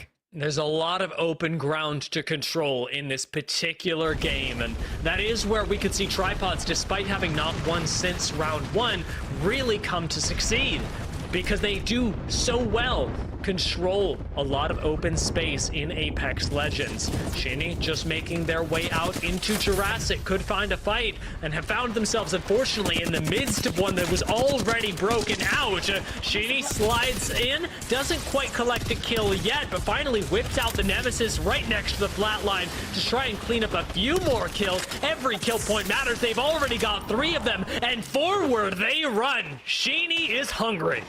Oh, but it's not done. Ape and Cloud, we're here, but Team Nocturnal has also decided to waltz in from the information they gathered in Pylon to take a fight. Now, this is going to be very risky. Nocturnal able to find some KP from Ape Gang, but mind you, this is a team in a make or break position on the leaderboard. They currently find themselves in the top 2, but they cannot fall here. He can't afford to make a mistake, especially with this amount of teams in the area. A singular sightline gone wrong could spell the end of one of your members very easily. And with only blue shields, it's not like you have that much HP to work with. A lot of teams that are in the surrounding area already have purples, which is an additional 75 HP on the squad if they've all got that. I like that Nocturnal are looking for a chance to disengage and move up towards the north. And a reminder, it was tripods that were coming from that area previously. The fact that they're not there means that tripods can only have gone south. Very interesting maneuver for them, and it looks like they will continue that journey on south. But for Shinny, back into the mix here in Jurassic. 1 kill already on the board, and Riley connects the Havoc, and we'll go ahead and jump on into this other fight here with Native and Xenile's team. And oh my god, they take out the majority of Vayne squad. I'm wondering where we're left. If not everyone on Team Vayne has gone down, what on earth has happened? Team Cloud do fall. That is another team that was in the bottom 10 that now is cut short in their journey to Riyadh. We're left with Game and Gladiators, Meat Lovers, Shinny's team, and Metsu the Warlord, who still have a chance to break out of the bottom 10. They have their work cut out for them, but Shinny understood the assignment when they locked in the rev pick. We'll only have to keep in mind of where the remaining member of Team Vayne is just fighting for KP. Let me just tell you, and placement points, because that is a position that they know all too well. When it comes down to it, they need to clutch up, and same with Team Retzi. The epitome, the picture of consistency throughout our early match of the series, makes the swing, gets the shield crack, and finishes off Team Metsu. Some well-needed KP and reinforcements, piercing spikes invested to hit the reset. Our top 10 teams have just been incredibly tenacious during this round as well. I think knowing that they've got very little to lose, whereas those teams in the bottom 10 have much more to gain from playing risky. A team like Tex, for example, playing risky now very well could be going out, although you've got a chance to recover with a nice use of the alter ult. Natives still are coming in for a punish and have Bloodhound to literally sniff out where everyone is. McLovin is going to go for the off-angle punish, finds not that much damage, and with Rambo getting fried as well, it's RKN that slides in to finish things off. This should be a win for Native, and it is! Team Tech go down. I I understand that Native here just simply best team tech, but I want to just say that was a picture-perfect utilization of the Void Nexus so that your teammates that are down can go back and even invest in the EMP, but it's just not enough. We're turning our sights on over to Game and Gladiators on the reset, the smoke to avoid off those line of sights to help Nano fully get back to health and, albeit elsewhere, have finished out Team Shinny. Game and Gladiators playing slow, playing small, aren't in the ring just yet, and do have Oblivion looking at them. In fact, from Barometer, I'd expect that they've attracted some attention as well, which means that they've got very limited options as to how they rotate. Oblivion are already starting to send it out towards the north part of Jurassic, not wanting to deal with this weird southern rotate that, honestly, is going to just get them caught out in the open. But a team like Game and Gladiators does not have the liberty to follow that up. That is another elimination coming in as well. Dia, that was Team Vayne. Oh my lord. That was Aiden. That was the last member of Team Vayne, the top of the leaderboard, and I don't think they had a reset. I think they're down and out. It certainly looks like it, because I'm seeing just 10 squads left. The math works out, Tip, and Oblivion saw that notification in the kill feed. They know that with one of the first place teams out, it's their time to strike. They've got very little time to do it, but fortunately, a corner of this little section of Jurassic is still in the ring. Well, Team Nocturnal still alive as well. One of the two members that were in that top two. But when this leaderboard cracks open, knowing that there is potential to make a play, Native Gaming is still up. Oblivion is still up and on your screen with Team Avexis on the opposing side of the gate here. Now, granted, we need to realize that quick. Know that everything can be seized here. Your moment to find yourself in the top two are just on the other side of Team Avexis. Not a lot of options for either of these squads. I'm not seeing evac towers in this particular case for Oblivion, which means that they, at the very least, are incentivized to take the fight as soon as they possibly can. Don't seem to have a way to clear these piercing spikes, and so it may just be that the ferrofluid, the dark veil, is their only way to reposition through this door, because right now, with spikes and smoke, it's not going to be clean. Akimbo expends the ultimate, throws out an arc star, but stops their own journey in the process. Is going to be able to walk through it. Looks like this side of the wall is clear. They find that out. The rest of the team is moving, and Oblivion now finally get the chance to take a fight. Akimbo was instantly pounced on, repositions as the catalyst wall falls. Akimbo was down, Arcology is down. Avexis 2v1 with just flesh meds are being shot from below. And look at that, through the knockdown shield, they just start replenishing their shield bats. And Blinkster on the opposing side is not able to fully push in, and Detox gets back on his feet elsewhere. Native Gaming has fallen, and Oblivion eliminated as well. This cracks open the leaderboard because Nocturnal is one of the only teams in the top four to still be standing. Our 6th place team going down is so devastating for them because they were one of our squads that was tied at 39 points. That was just 5 points off of moving into the top 2. But now, having fallen, it may cost them everything. Now moving forward in the game, with Team Zenile smartly denying an evac tower, they're going to deny a second. They are saying, no, no, no, you have to walk through us. You have to chance your KP falling into our hands. And that is certainly what a Team Avexis is going to have to do. Just a little bit of a rock to play. This barely even in zone. Well, they were 6 points out of a top 2 finish here. And with the majority of the teams already having been eliminated, this rotation needed to be everything for them. And with Team Zenile on the opposing side, needing north of 10 points this game to make a play for the top 2 of their own, capitalize on the 3 KP of Team Avexis. Team Zenile was in 9th place. They were pretty far off of the top, but with the leaderboard as close as it is, 34 points to the 44 points that they would have needed to move into 2nd, isn't that crazy of a jump for them to make. They've still got to find a win, however, in order to really send this home. And the position that Team Zenile has, I'll be honest, Tiff, it looks a little bit too far out of zone for me. The odds are really stacked against Team Zenile. And with this match overlooking, Team Nocturnal is the team that was in 2nd place. Still up, still at it. Tripods, though, they were in, I believe, 6th place. Still have capable to find themselves in the top 2, find themselves going to Riyadh. But this zone here on the south side of the match is going to be one of the most precarious situations for our teams to navigate. And Nocturnal has to deal with an ever-consistent Team Retzi.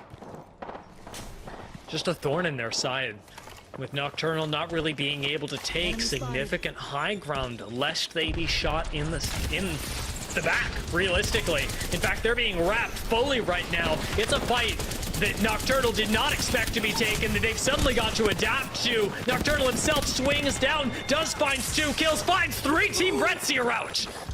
Team Retzi, so consistent, will not be advancing on here today. But after taking them out, Fun goes down to a rogue frag. Nock, thankfully, able to get those smokes down. But it's Team Tripods that are going to have that line of sight once that smoke dissipates and are constantly putting pressure. They're still not in the next zone. They have a rotation to make. They throw down smokes of their own and then just full send a Dark Veil just ahead of them. But they make their way with underneath. I love that we're hip firing down below to really do a nice check to see if it's free, and they're fine for now. You make sure you rev up the Havoc, and somehow Tripods do get the underside of this bridge. It's uncontested and now nearly uncontestable as third parties abound in an end zone like this. 6 squads left. Team Zenile taking the inside of the building, still crawling their way up from 9th place and may have the chance to do it just now. Control of the opposite door does get away from them, however. Duplex getting what they can. And Team Zenile move on up to high ground with very little space to play. Dupe's already on 5 eliminations with 1 assist. That's 6 KP to their name. Now looking for more eliminations, more placement points. This is the massive game that they needed to go ahead and seize the opportunity. But everything is going to culminate in this final building of Barometer. And it is a very, very trivial engagement that we're going to need. But with Catalyst on board for Dupe here, we're able to reinforce the 2 doors. Zen is watching the stairs on the opposing side, and now we're working on those cooldowns thanks to the ultimate accelerants. But Nocturnal learned from the previous Barometer zone and have found themselves poised just on the outside of the building. Team Crook have a lot of say over this lobby.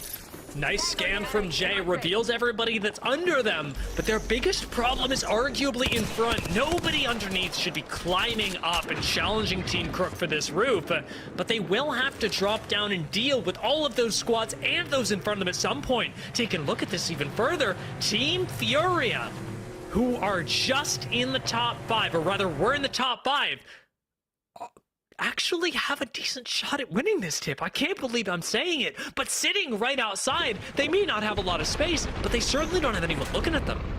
Yeah, so you're definitely looking at Team Zenile and Team Madness, aka Furia. So these 2 squads in particular are going to have the best chance at making a play for that top 2. And more in particular, Team Nocturnal's still looking to cement themselves a ticket, but now Furia on the low ground.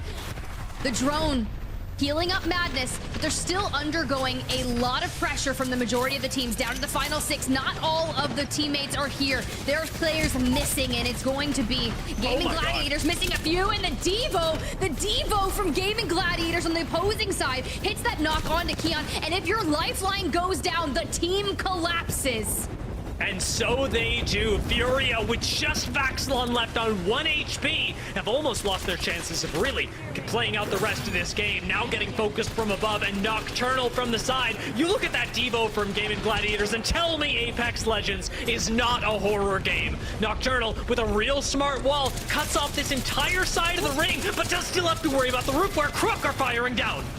Well, it's fun there. Without a turbocharge, Havoc still aiming to put pressure on the roof. And Team Denial, the drop down comes through. He just starts unleashing madness, and madness will fall. That's going to open the door once again for the leaderboard. And we go into this final circle. There's a lone Dark Veil cutting it in half. Team Nocturnal in the top 2 just need to hold on.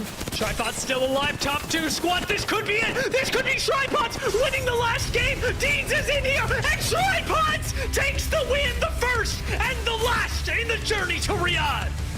I asked if they could double down, carry off that momentum. That middle of this series was very tough for them, but they answer back in such a glorious fashion. Coming into match number 6, 5 points outside of the top 2. This could be what they needed to stamp their ticket to Riyadh, Saudi Arabia, and compete for $2 million at the Esports World Cup. I cannot believe how silently they were playing in that last ring, but we saw them take the underside of the bridge. Furia tried to swing them and it didn't work out, and from that point on, Tripods didn't do a lot. They played silent. They sat underneath that bridge and finally got a climb up into a dark veil that cut them off from the rest of the lobby. You cannot write this, Tiff. But to see Tripods take the first win and start slowly falling out, and then take the last win, I mean, I don't know the points, but poetically, it's given me a lot of hope for the Tripods. It is a story to behold. What a journey. It started, you got to think back to the earlier rounds today. 4-game series culminating in this 6-game series here. And with the stats from the match on your screen, Tripods walk away with 8 eliminations and 12 placement points. A 20-point game. Nocturnal's team, an 18-point game. Now, granted, they were already inside the top 2. Hopefully, that should be enough to stamp their ticket to compete at the Esports World Cup, because I feel like Nocturnal, Fun, Reptar, they need this. Team Nocturnal have definitely secured their spot. There's no question in my mind. What is really stressing me out, honestly, is whether it's Tripods or Vayne that was able to hold on to their spot. We know that Native didn't quite make the cut. They fell a little bit too early for that to be realistic. But the Tripods, of all the squads that were outside of the top 2, were the closest and made it the furthest. It's just a matter of whether they overcame Team Vayne and the placement points that Vayne was able to accumulate, because they did make it pretty far, even if they didn't accumulate kills on the way. That was such a tough game for Vayne, though. You have to think they fall early on, and one member, I believe it was Aiden, that's down to the solo, is just focusing on playing their life and gets snuffed out by a rogue Bloodhound. It's rather unfortunate, but let's run it back. Look at that final circle, because that was the best one of the day, Dia. It was, and there's no better way to culminate things. We called these redemption rounds for a reason, and redeem themselves. These teams certainly did. Team Denial, nice catalyst while blocking off their journey, did move on up to the high ground, ultimately giving up that whole side of the ring. It was also the thing that started the domino effect of taking down Team Crook that jumped down from the high ground. While Sivian falls, Duplex goes low. You've got all these teams in the meat grinder just to the north of Barometer that ultimately have nowhere to go. When it comes down to it, control of the stairs goes to Tripods for free, and they move in, take advantage of the chaos, and farm their way to victory. The fact that we're ending on a staircase, Dia, and it comes down to who is holding onto the stairs is crazy. That's one of my favorite things about Apex Legends. I know we are talking about match point, which will be the finals when it comes to getting into Riyadh, Saudi Arabia, but you got to get there first. And just these end games, we are so blessed. Let's look at the match results from that final match of our series. Tripods, we said it earlier, 20-point game. Nocturnal 18, but it's Crook, Denial, Madness. These are the teams that we've been keeping our eyes on. 11 points, 12, and Furia that needed a banger only walked away with 7. There's a part of me that is heartbroken, Tim, but watching the story from Tripods here, that there is a part of me that cannot help but let the elation overcome. For as many teams as we saw drop out early, who we know for a fact did not make it into the top 2, I'm holding out so much hope for those teams that were in the running, that we're looking at finally squeaking into a top 2 spot to going to the international competition of their dreams. The Esports World Cup lies just ahead of them. Team Vayne, who were holding on to a top 2 spot, scored just 1 point off of placement. And I gotta say, for them, it does not bode well, but for the Tripods, this could very well be it. They sneak into Pro League on the final map of the PLQ. They waltz straight into the top 2 here, and they are one of your 2 teams advancing on to Riyadh, Saudi Arabia to compete for the Esports World Cup and a chance at the large majority of $2 million, $600K for first place. It's Team Nocturnal and Team Tripods moving on. That is incredible. Tip. All I can say is that Riyadh is going to be an absolute pleasure to watch with these 2 teams, because both of them are really, in very different ways, really competing at the top level and defying expectations by doing so. Team Nocturnal, previously Xset, have just really recently managed to claw back, especially in this tournament, a lot of the faith that their fans had perhaps lost in them during the past split, where they weren't quite able to make the cutoff.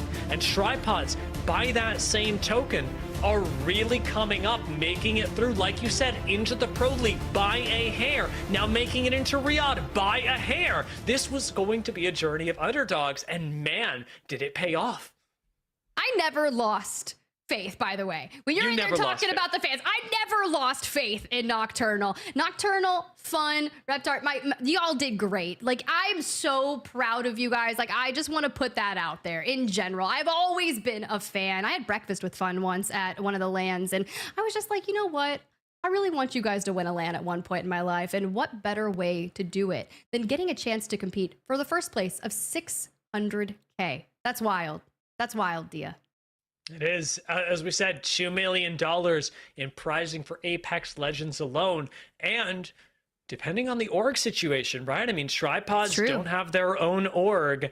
They could be signed to a club, as could Team Nocturnal, as getting signed to a club for both of these teams would change their professional careers, and then they'd get the chance to also compete with the rest of their club for the additional $60 million in prizing that's available at the Esports World Cup.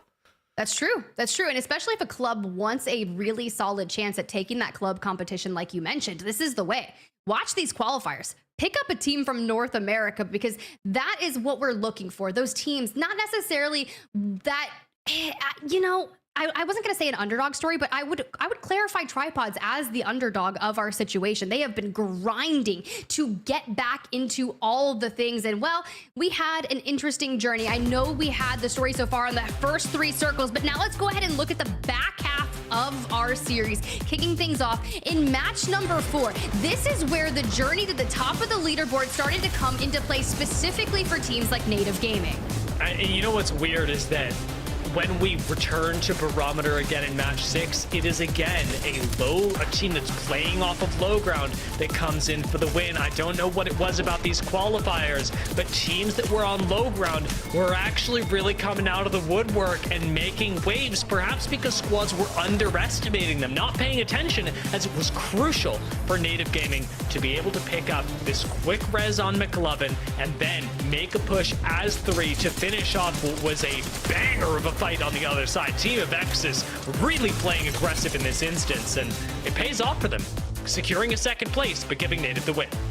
And then we jump back on over to match number 5, is where we return to World's Edge, and things got real interesting underneath Mirage Etoile. It's Oblivion that was holding high ground. They jump down, Blinkster gets decimated, they get Blinkster back on their feet, and Arcology is essentially looking for a swing here onto Native Gaming. Blinkster falls again, and it's once again returning to the story of the low ground. That Bangalore smoke really isolates them off and just allows Arcology to be forced to play the knockdown shields, and then everything starts to fall apart.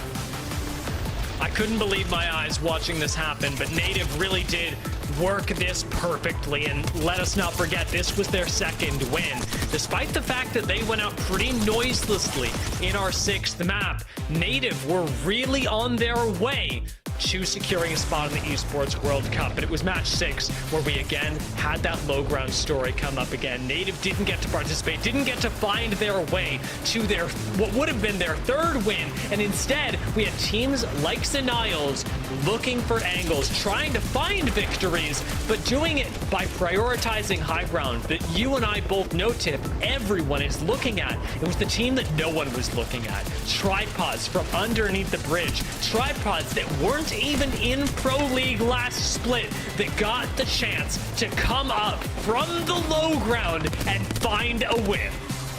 And as we get that position back onto them, they hold the staircase and they take that win. It's very impressive, the ability to do so. And I know throughout today's qualifiers, we were kind of hinting at what they were going to be playing for once they stamped their ticket to Riyadh, Saudi Arabia. So I would love to once again return to that prize pool that they will have the chance to compete for once they make their way towards the Esports World Cup to compete in Apex Legends. Now, granted, that's going to kick off August 1st through 4th, and everyone that makes their way to the global competition will walk away with something. That's right, all 40 teams will pay out, but the top 10, Dia, the top 10, this is life-changing money. It really is, and that's coming right alongside for our 2 teams that we've just sent on to qualify, the chance to be signed to a club and have that change your life as well, because making a profession out of gaming is something that, especially in Apex, has really evaded a lot of teams, a lot of players, simply because of the constant roster changeovers. When you get the chance to be signed to a team, when you get the chance to join a club and compete with them in the long run, that's where we really see lives truly get changed. As we said, every team that competes, no matter how high they place, you've made it to the top 40 in the world, the Esports World Cup, you will be walking away with prizing. You did mention earlier that the competition encompassing a large breadth of titles is going to be starting on July 3rd, moving through to August 25th, and August 1st through 4th. That's going to be where you, the both old and likely new Apex fans that have joined us, can find the Apex Legends competition. What a day it has been, Dia. I can't believe it, but there's a lot of things that I took away from where you were talking about it. When, granted, yes, there's a very large prize pool at hand, but you have to think about the longevity of your career as an esports gaming professional, right? So tripods in general, when you said they weren't even in Pro League last split, now they nab one of the last positions. Pro League starts up soon as well. So knowing that you're able to grab that spot with ease on the final match, then you come into the North American qualifier for the EWC. You finish top 2 after a gauntlet of series. 4 matches early on, you advance on to another series of 4 matches, and then you go on to finish top 2 in a 6-game series with 20 of the best teams of the day. That just puts the staple, the cherry on top, if I must say. But when you look at everything as a whole, I need some final thoughts out of you before we kind of wrap up our day.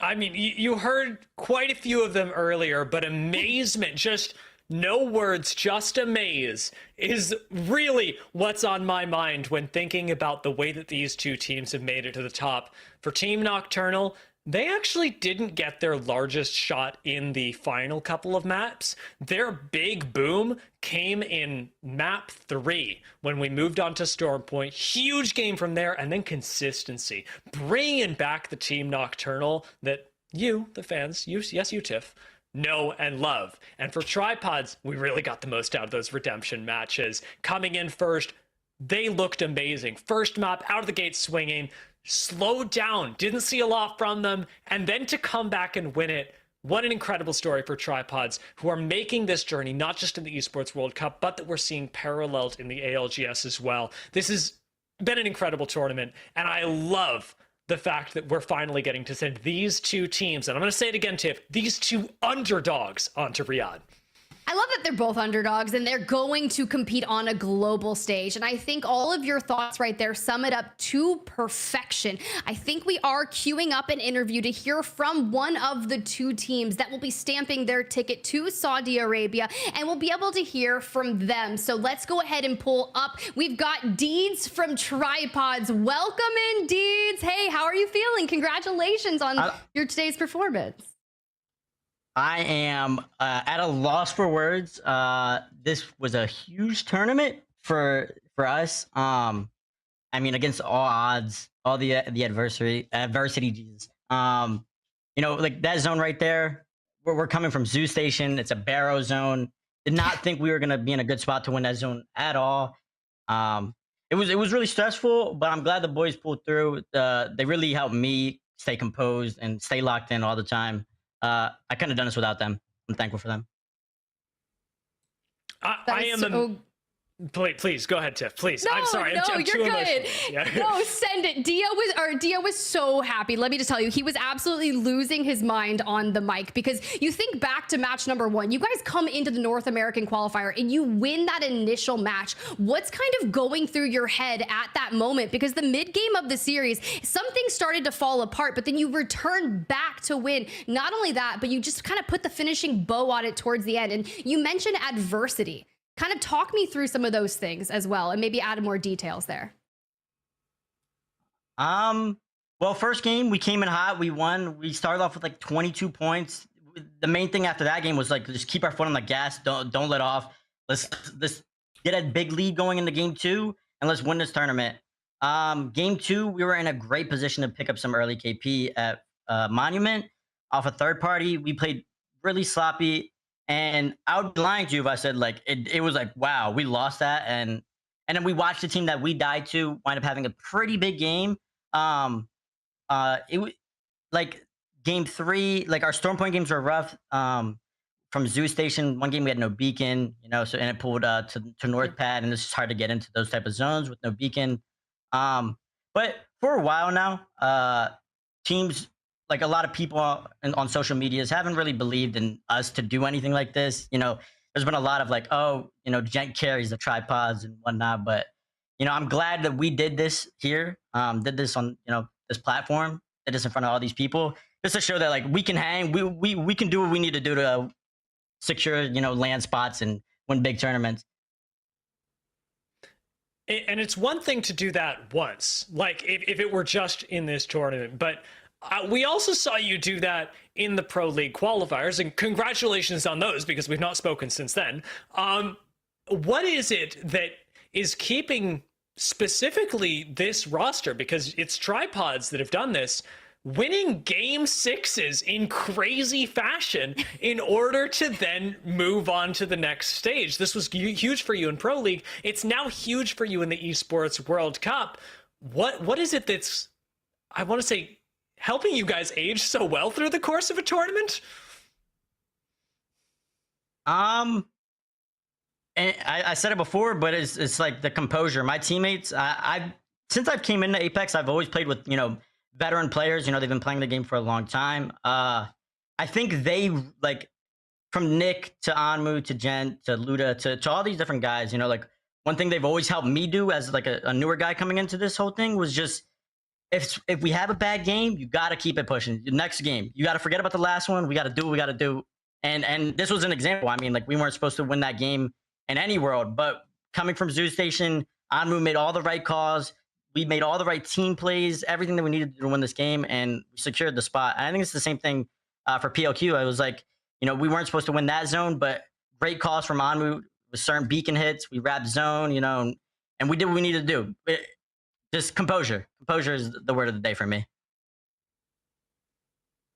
Composure and consistency. Well, I love that. Once again, congratulations to you, Gent and Anmu. It's a well-needed kind of slot there to go to a stage and compete in a $2 million prize pool tournament. And honestly, it's huge. That is just a staple that will allow you to further your career. So I want to throw it back to you one more time. Any people that you want to thank in particular, tell the people where they can find you and your teammates, because I know you've got a lot of fans that want to support you.